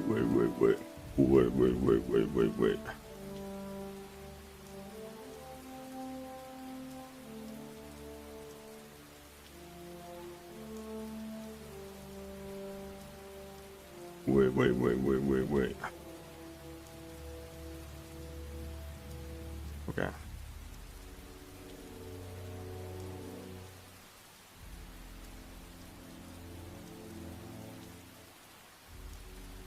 Oh, damn.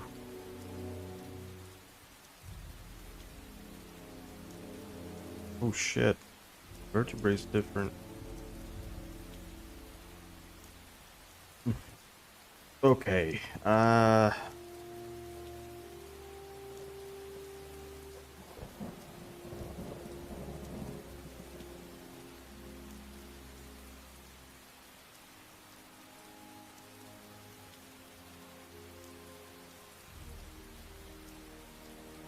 You know what I'm gonna do? I'm gonna do the opposite way. I'm gonna do it the opposite way.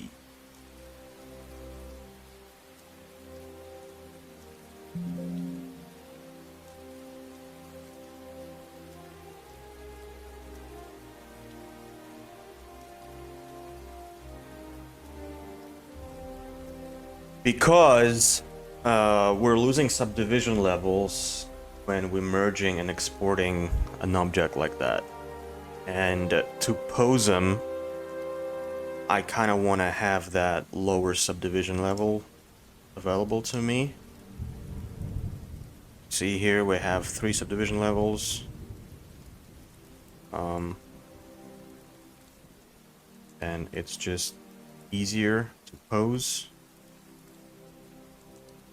when you have fewer polygons, obviously, and I kind of like that. I kind of like them in red, and everything else is in gray. That's kind of a cool look. Oh, what? I'm gonna screenshot this for the Instagrams.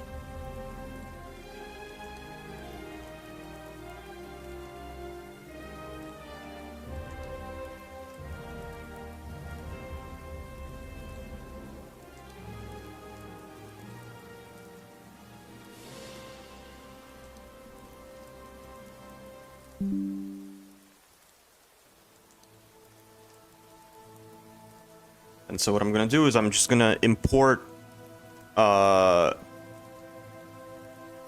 Headhunter itself into here instead, and then we'll pose the character around that, and then we'll re-export the character already posed, and then we'll put him in that main scene.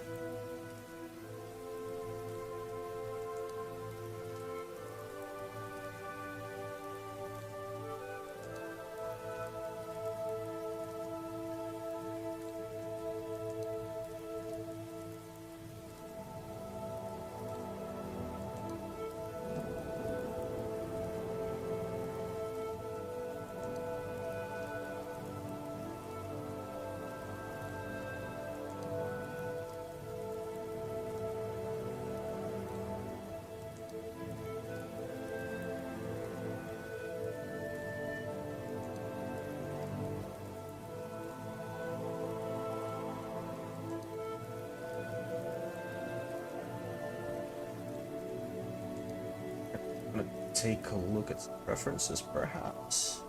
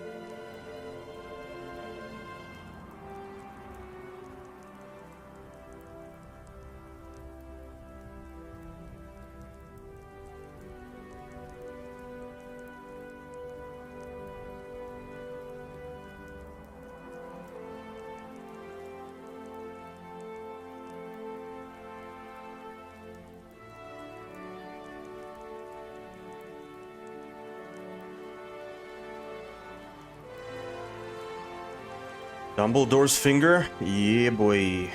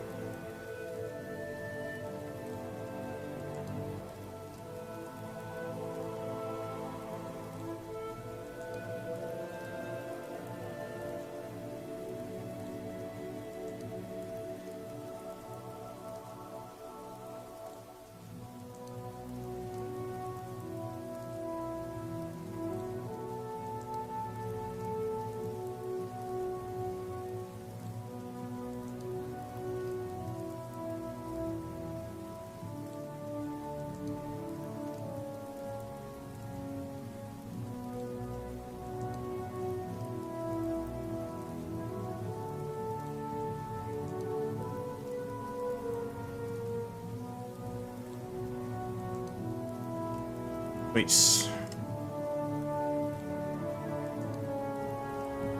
So now, go back level 3. The detail is there.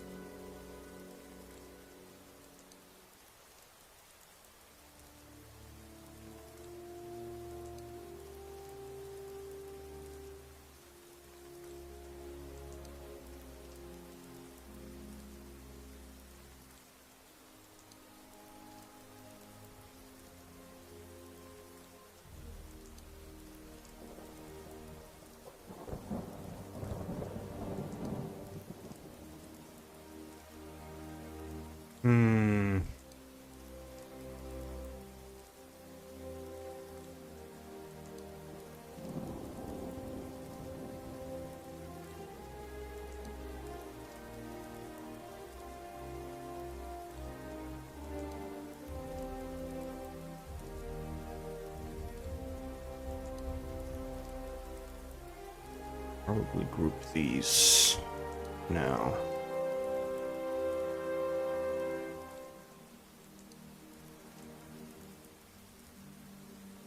No.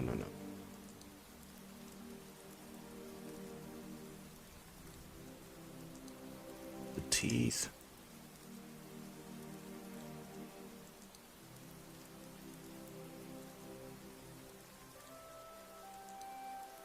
Sure. Okay.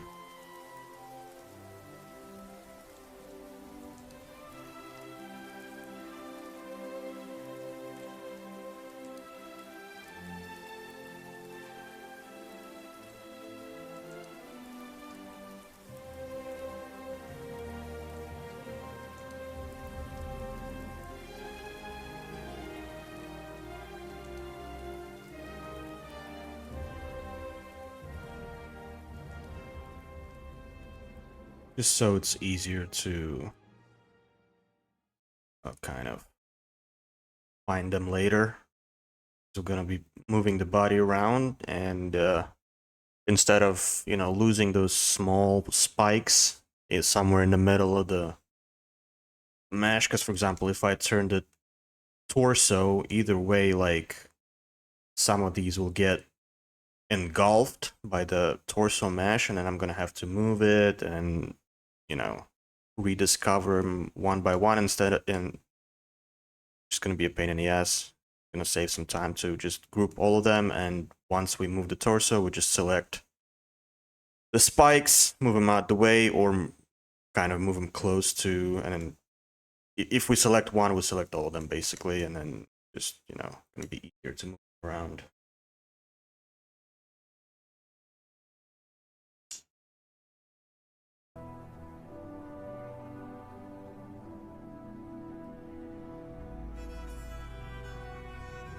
Pretty much the same with teeth.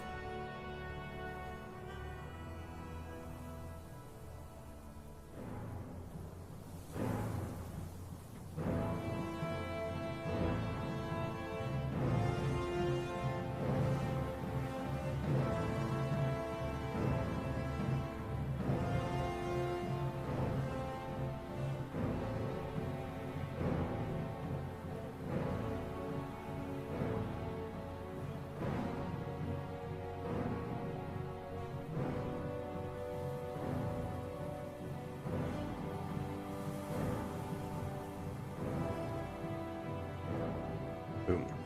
Okay. Now we can start moving these things.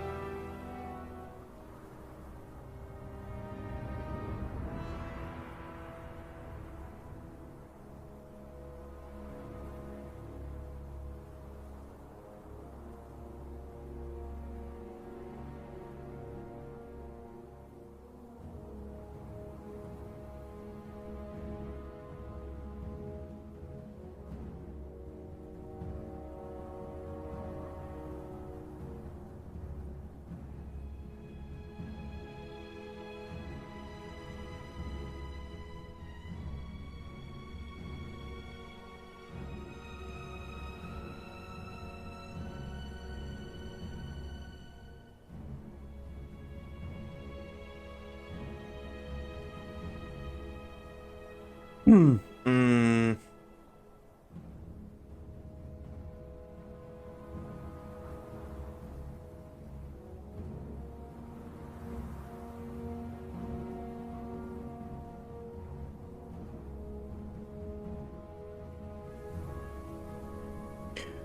what would that look like? Sounds like this.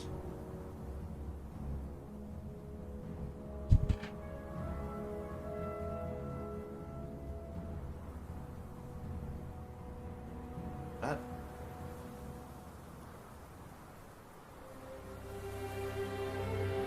Not as dynamic.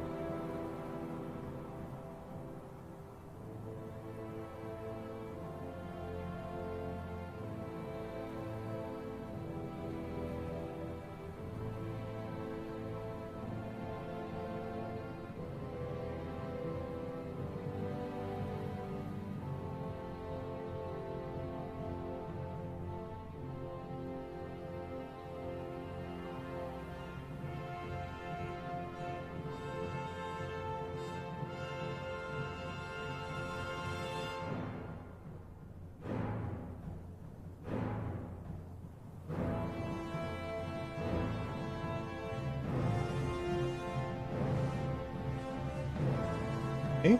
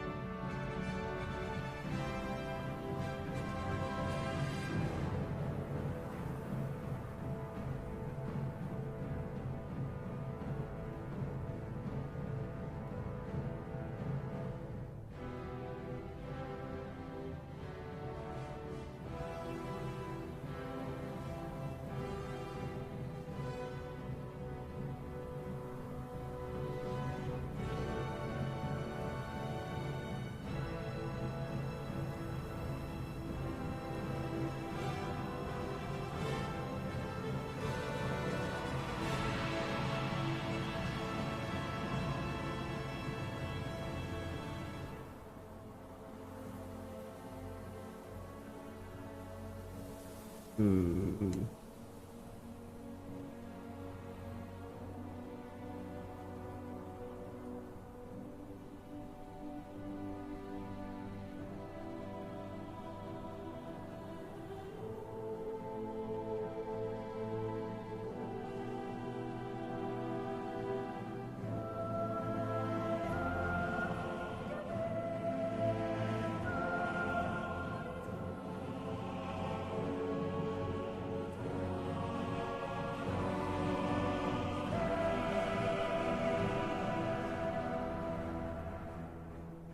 Nice. I do like that.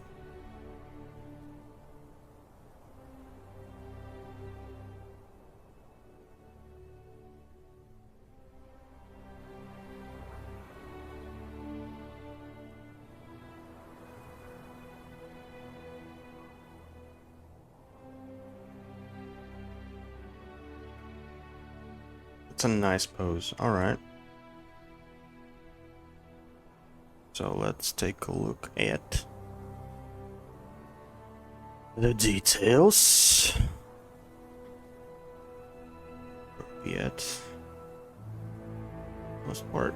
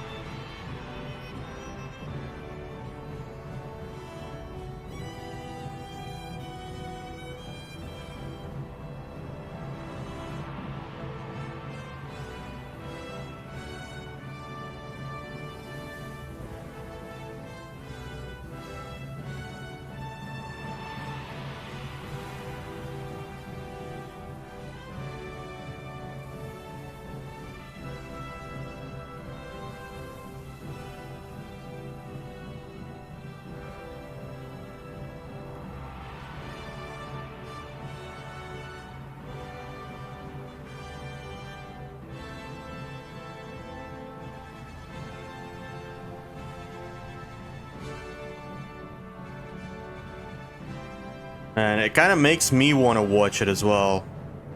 Lord of the Rings, that is. Make no mistake. I haven't watched it in probably a year. I think last Christmas was the last time I watched it.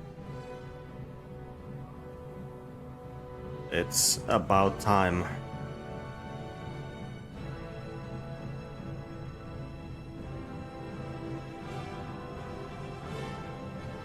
There was a period in, like, in college, in university, where I would watch the entire trilogy almost every weekend.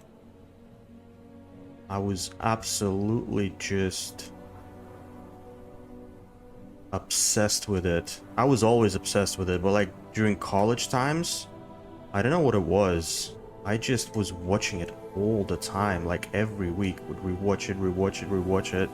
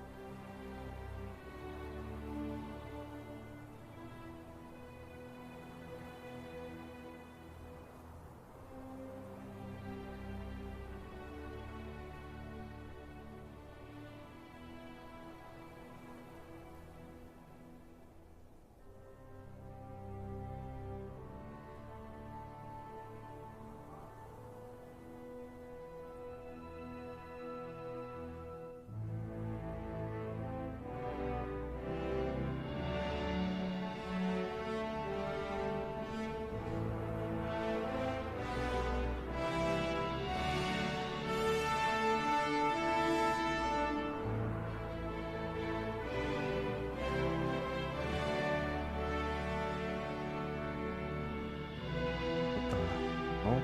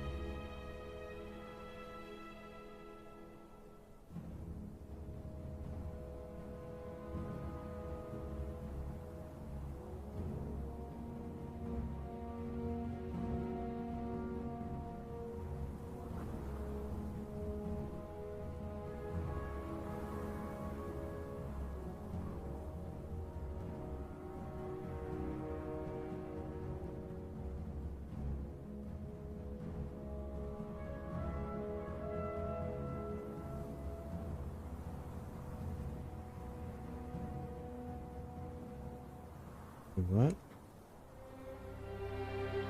Right. Like here somewhere, right? There.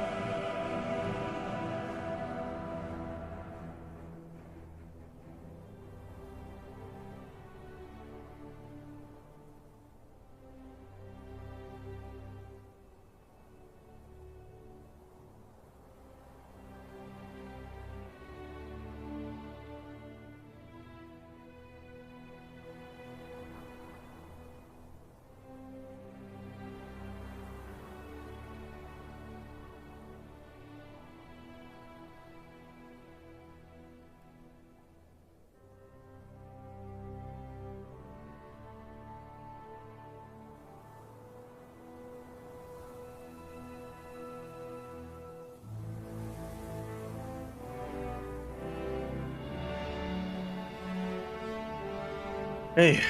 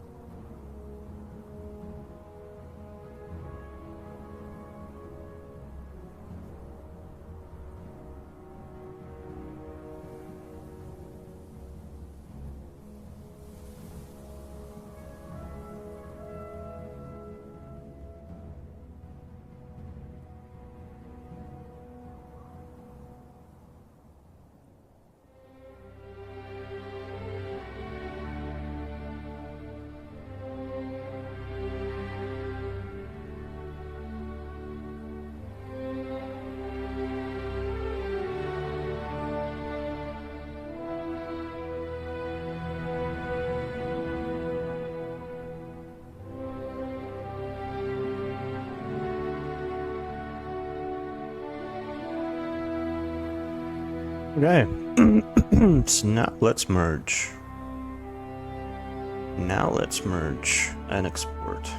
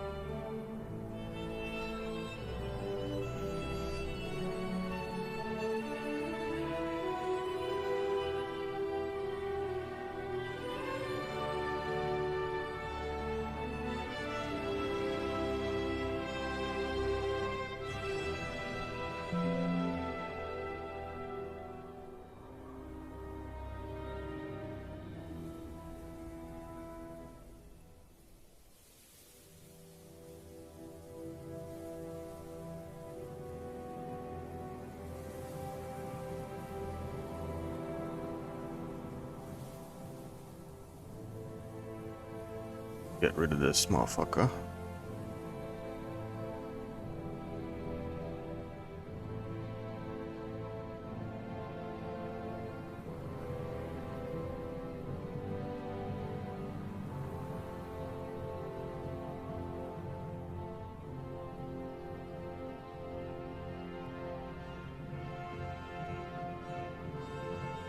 Oh!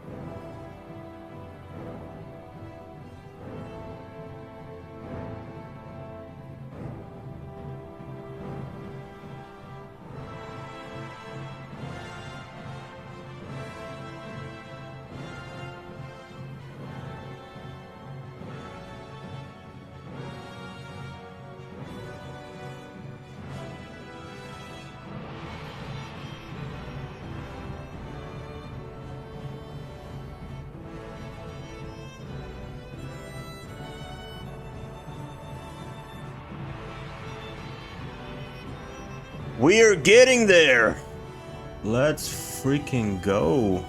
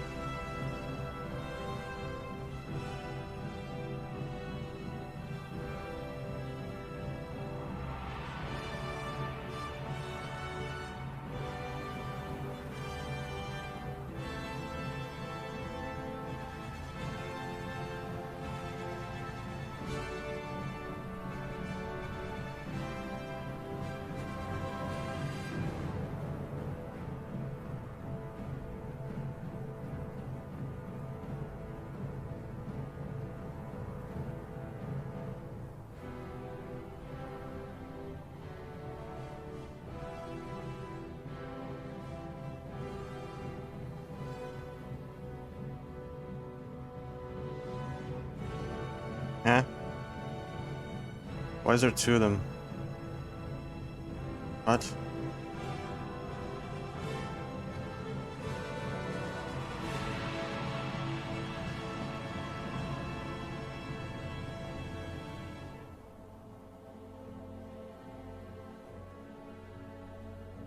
What the fuck?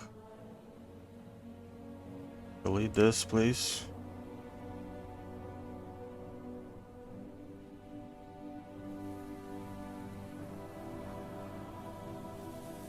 Ooh.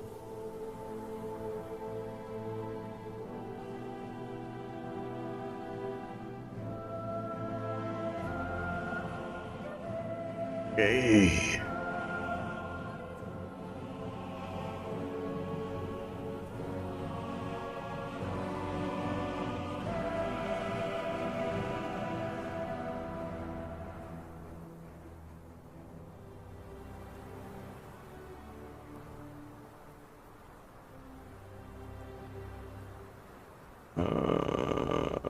Okay, Dynamesh 0.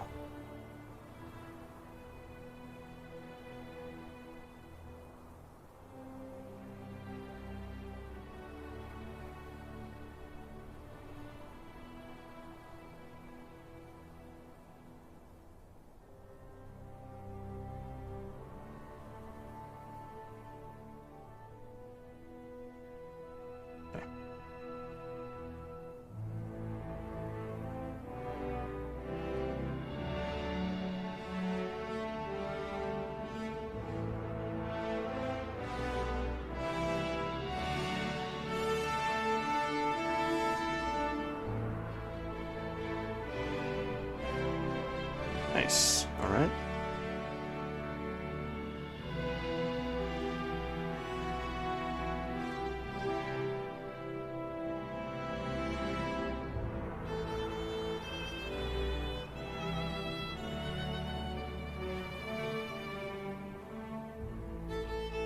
Maybe this is too much, right?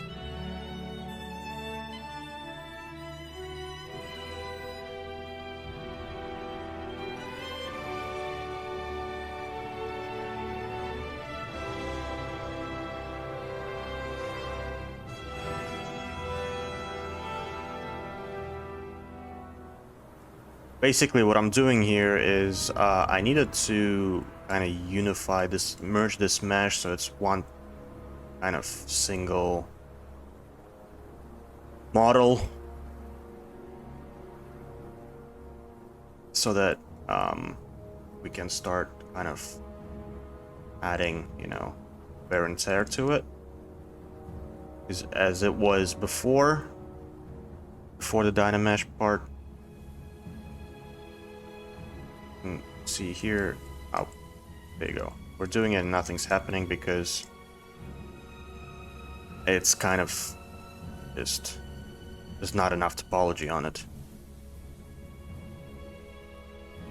So essentially, we just needed to retopologize it so that there's more more information in terms of polygons on the mesh, that we can start detailing it a little bit more. Let's see. Can we maybe zero mesh it? Would this be better?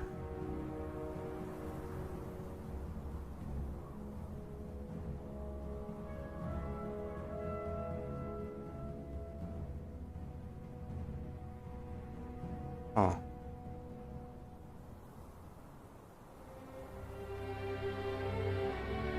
Weird. Okay. What if we do 10?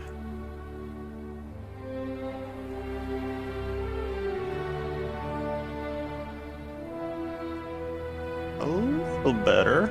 A little better. Let's try 15.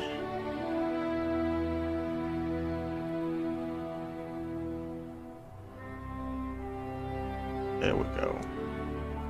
Okay, so that's better than Dynamesh even. Great. Great. So essentially what I want to do here is now let's load alphas or import an alpha and have a few rock alphas here. So let's see. This one perhaps.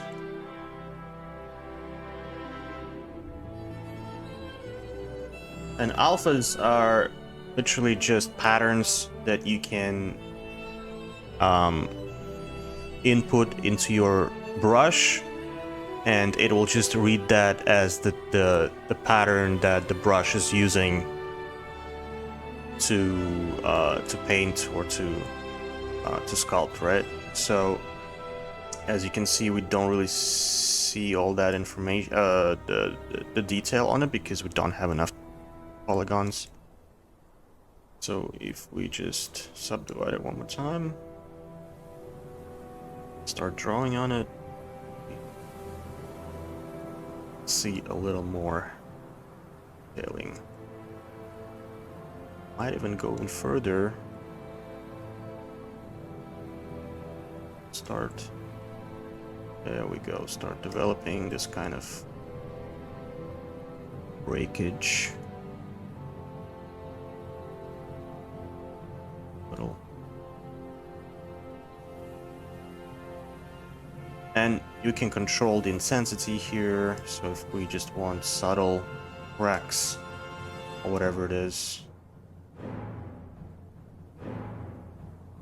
do it this way.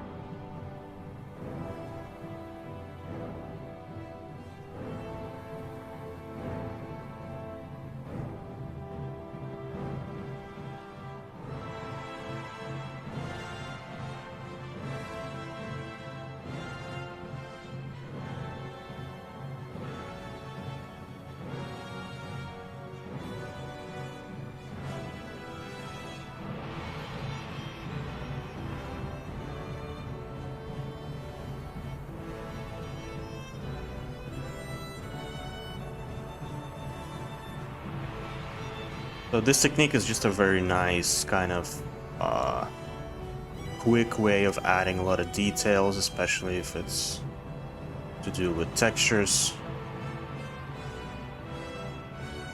So just like that, we have a bunch of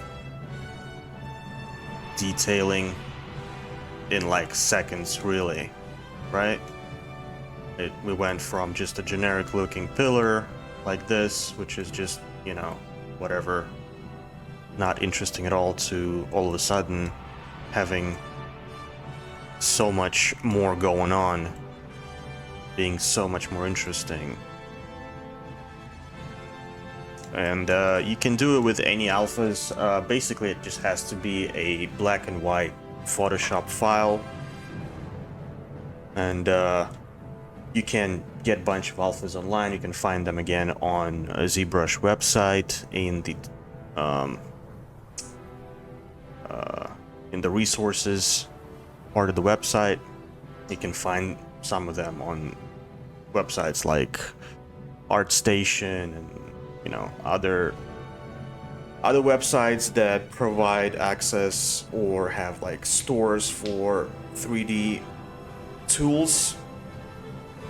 I don't remember where I got these particular rock alphas from. I think these ones actually came for free from ZBrush website, if I'm not mistaken.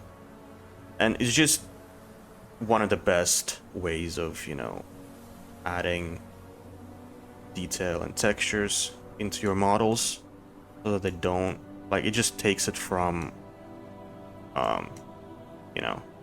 an okay model to just another level.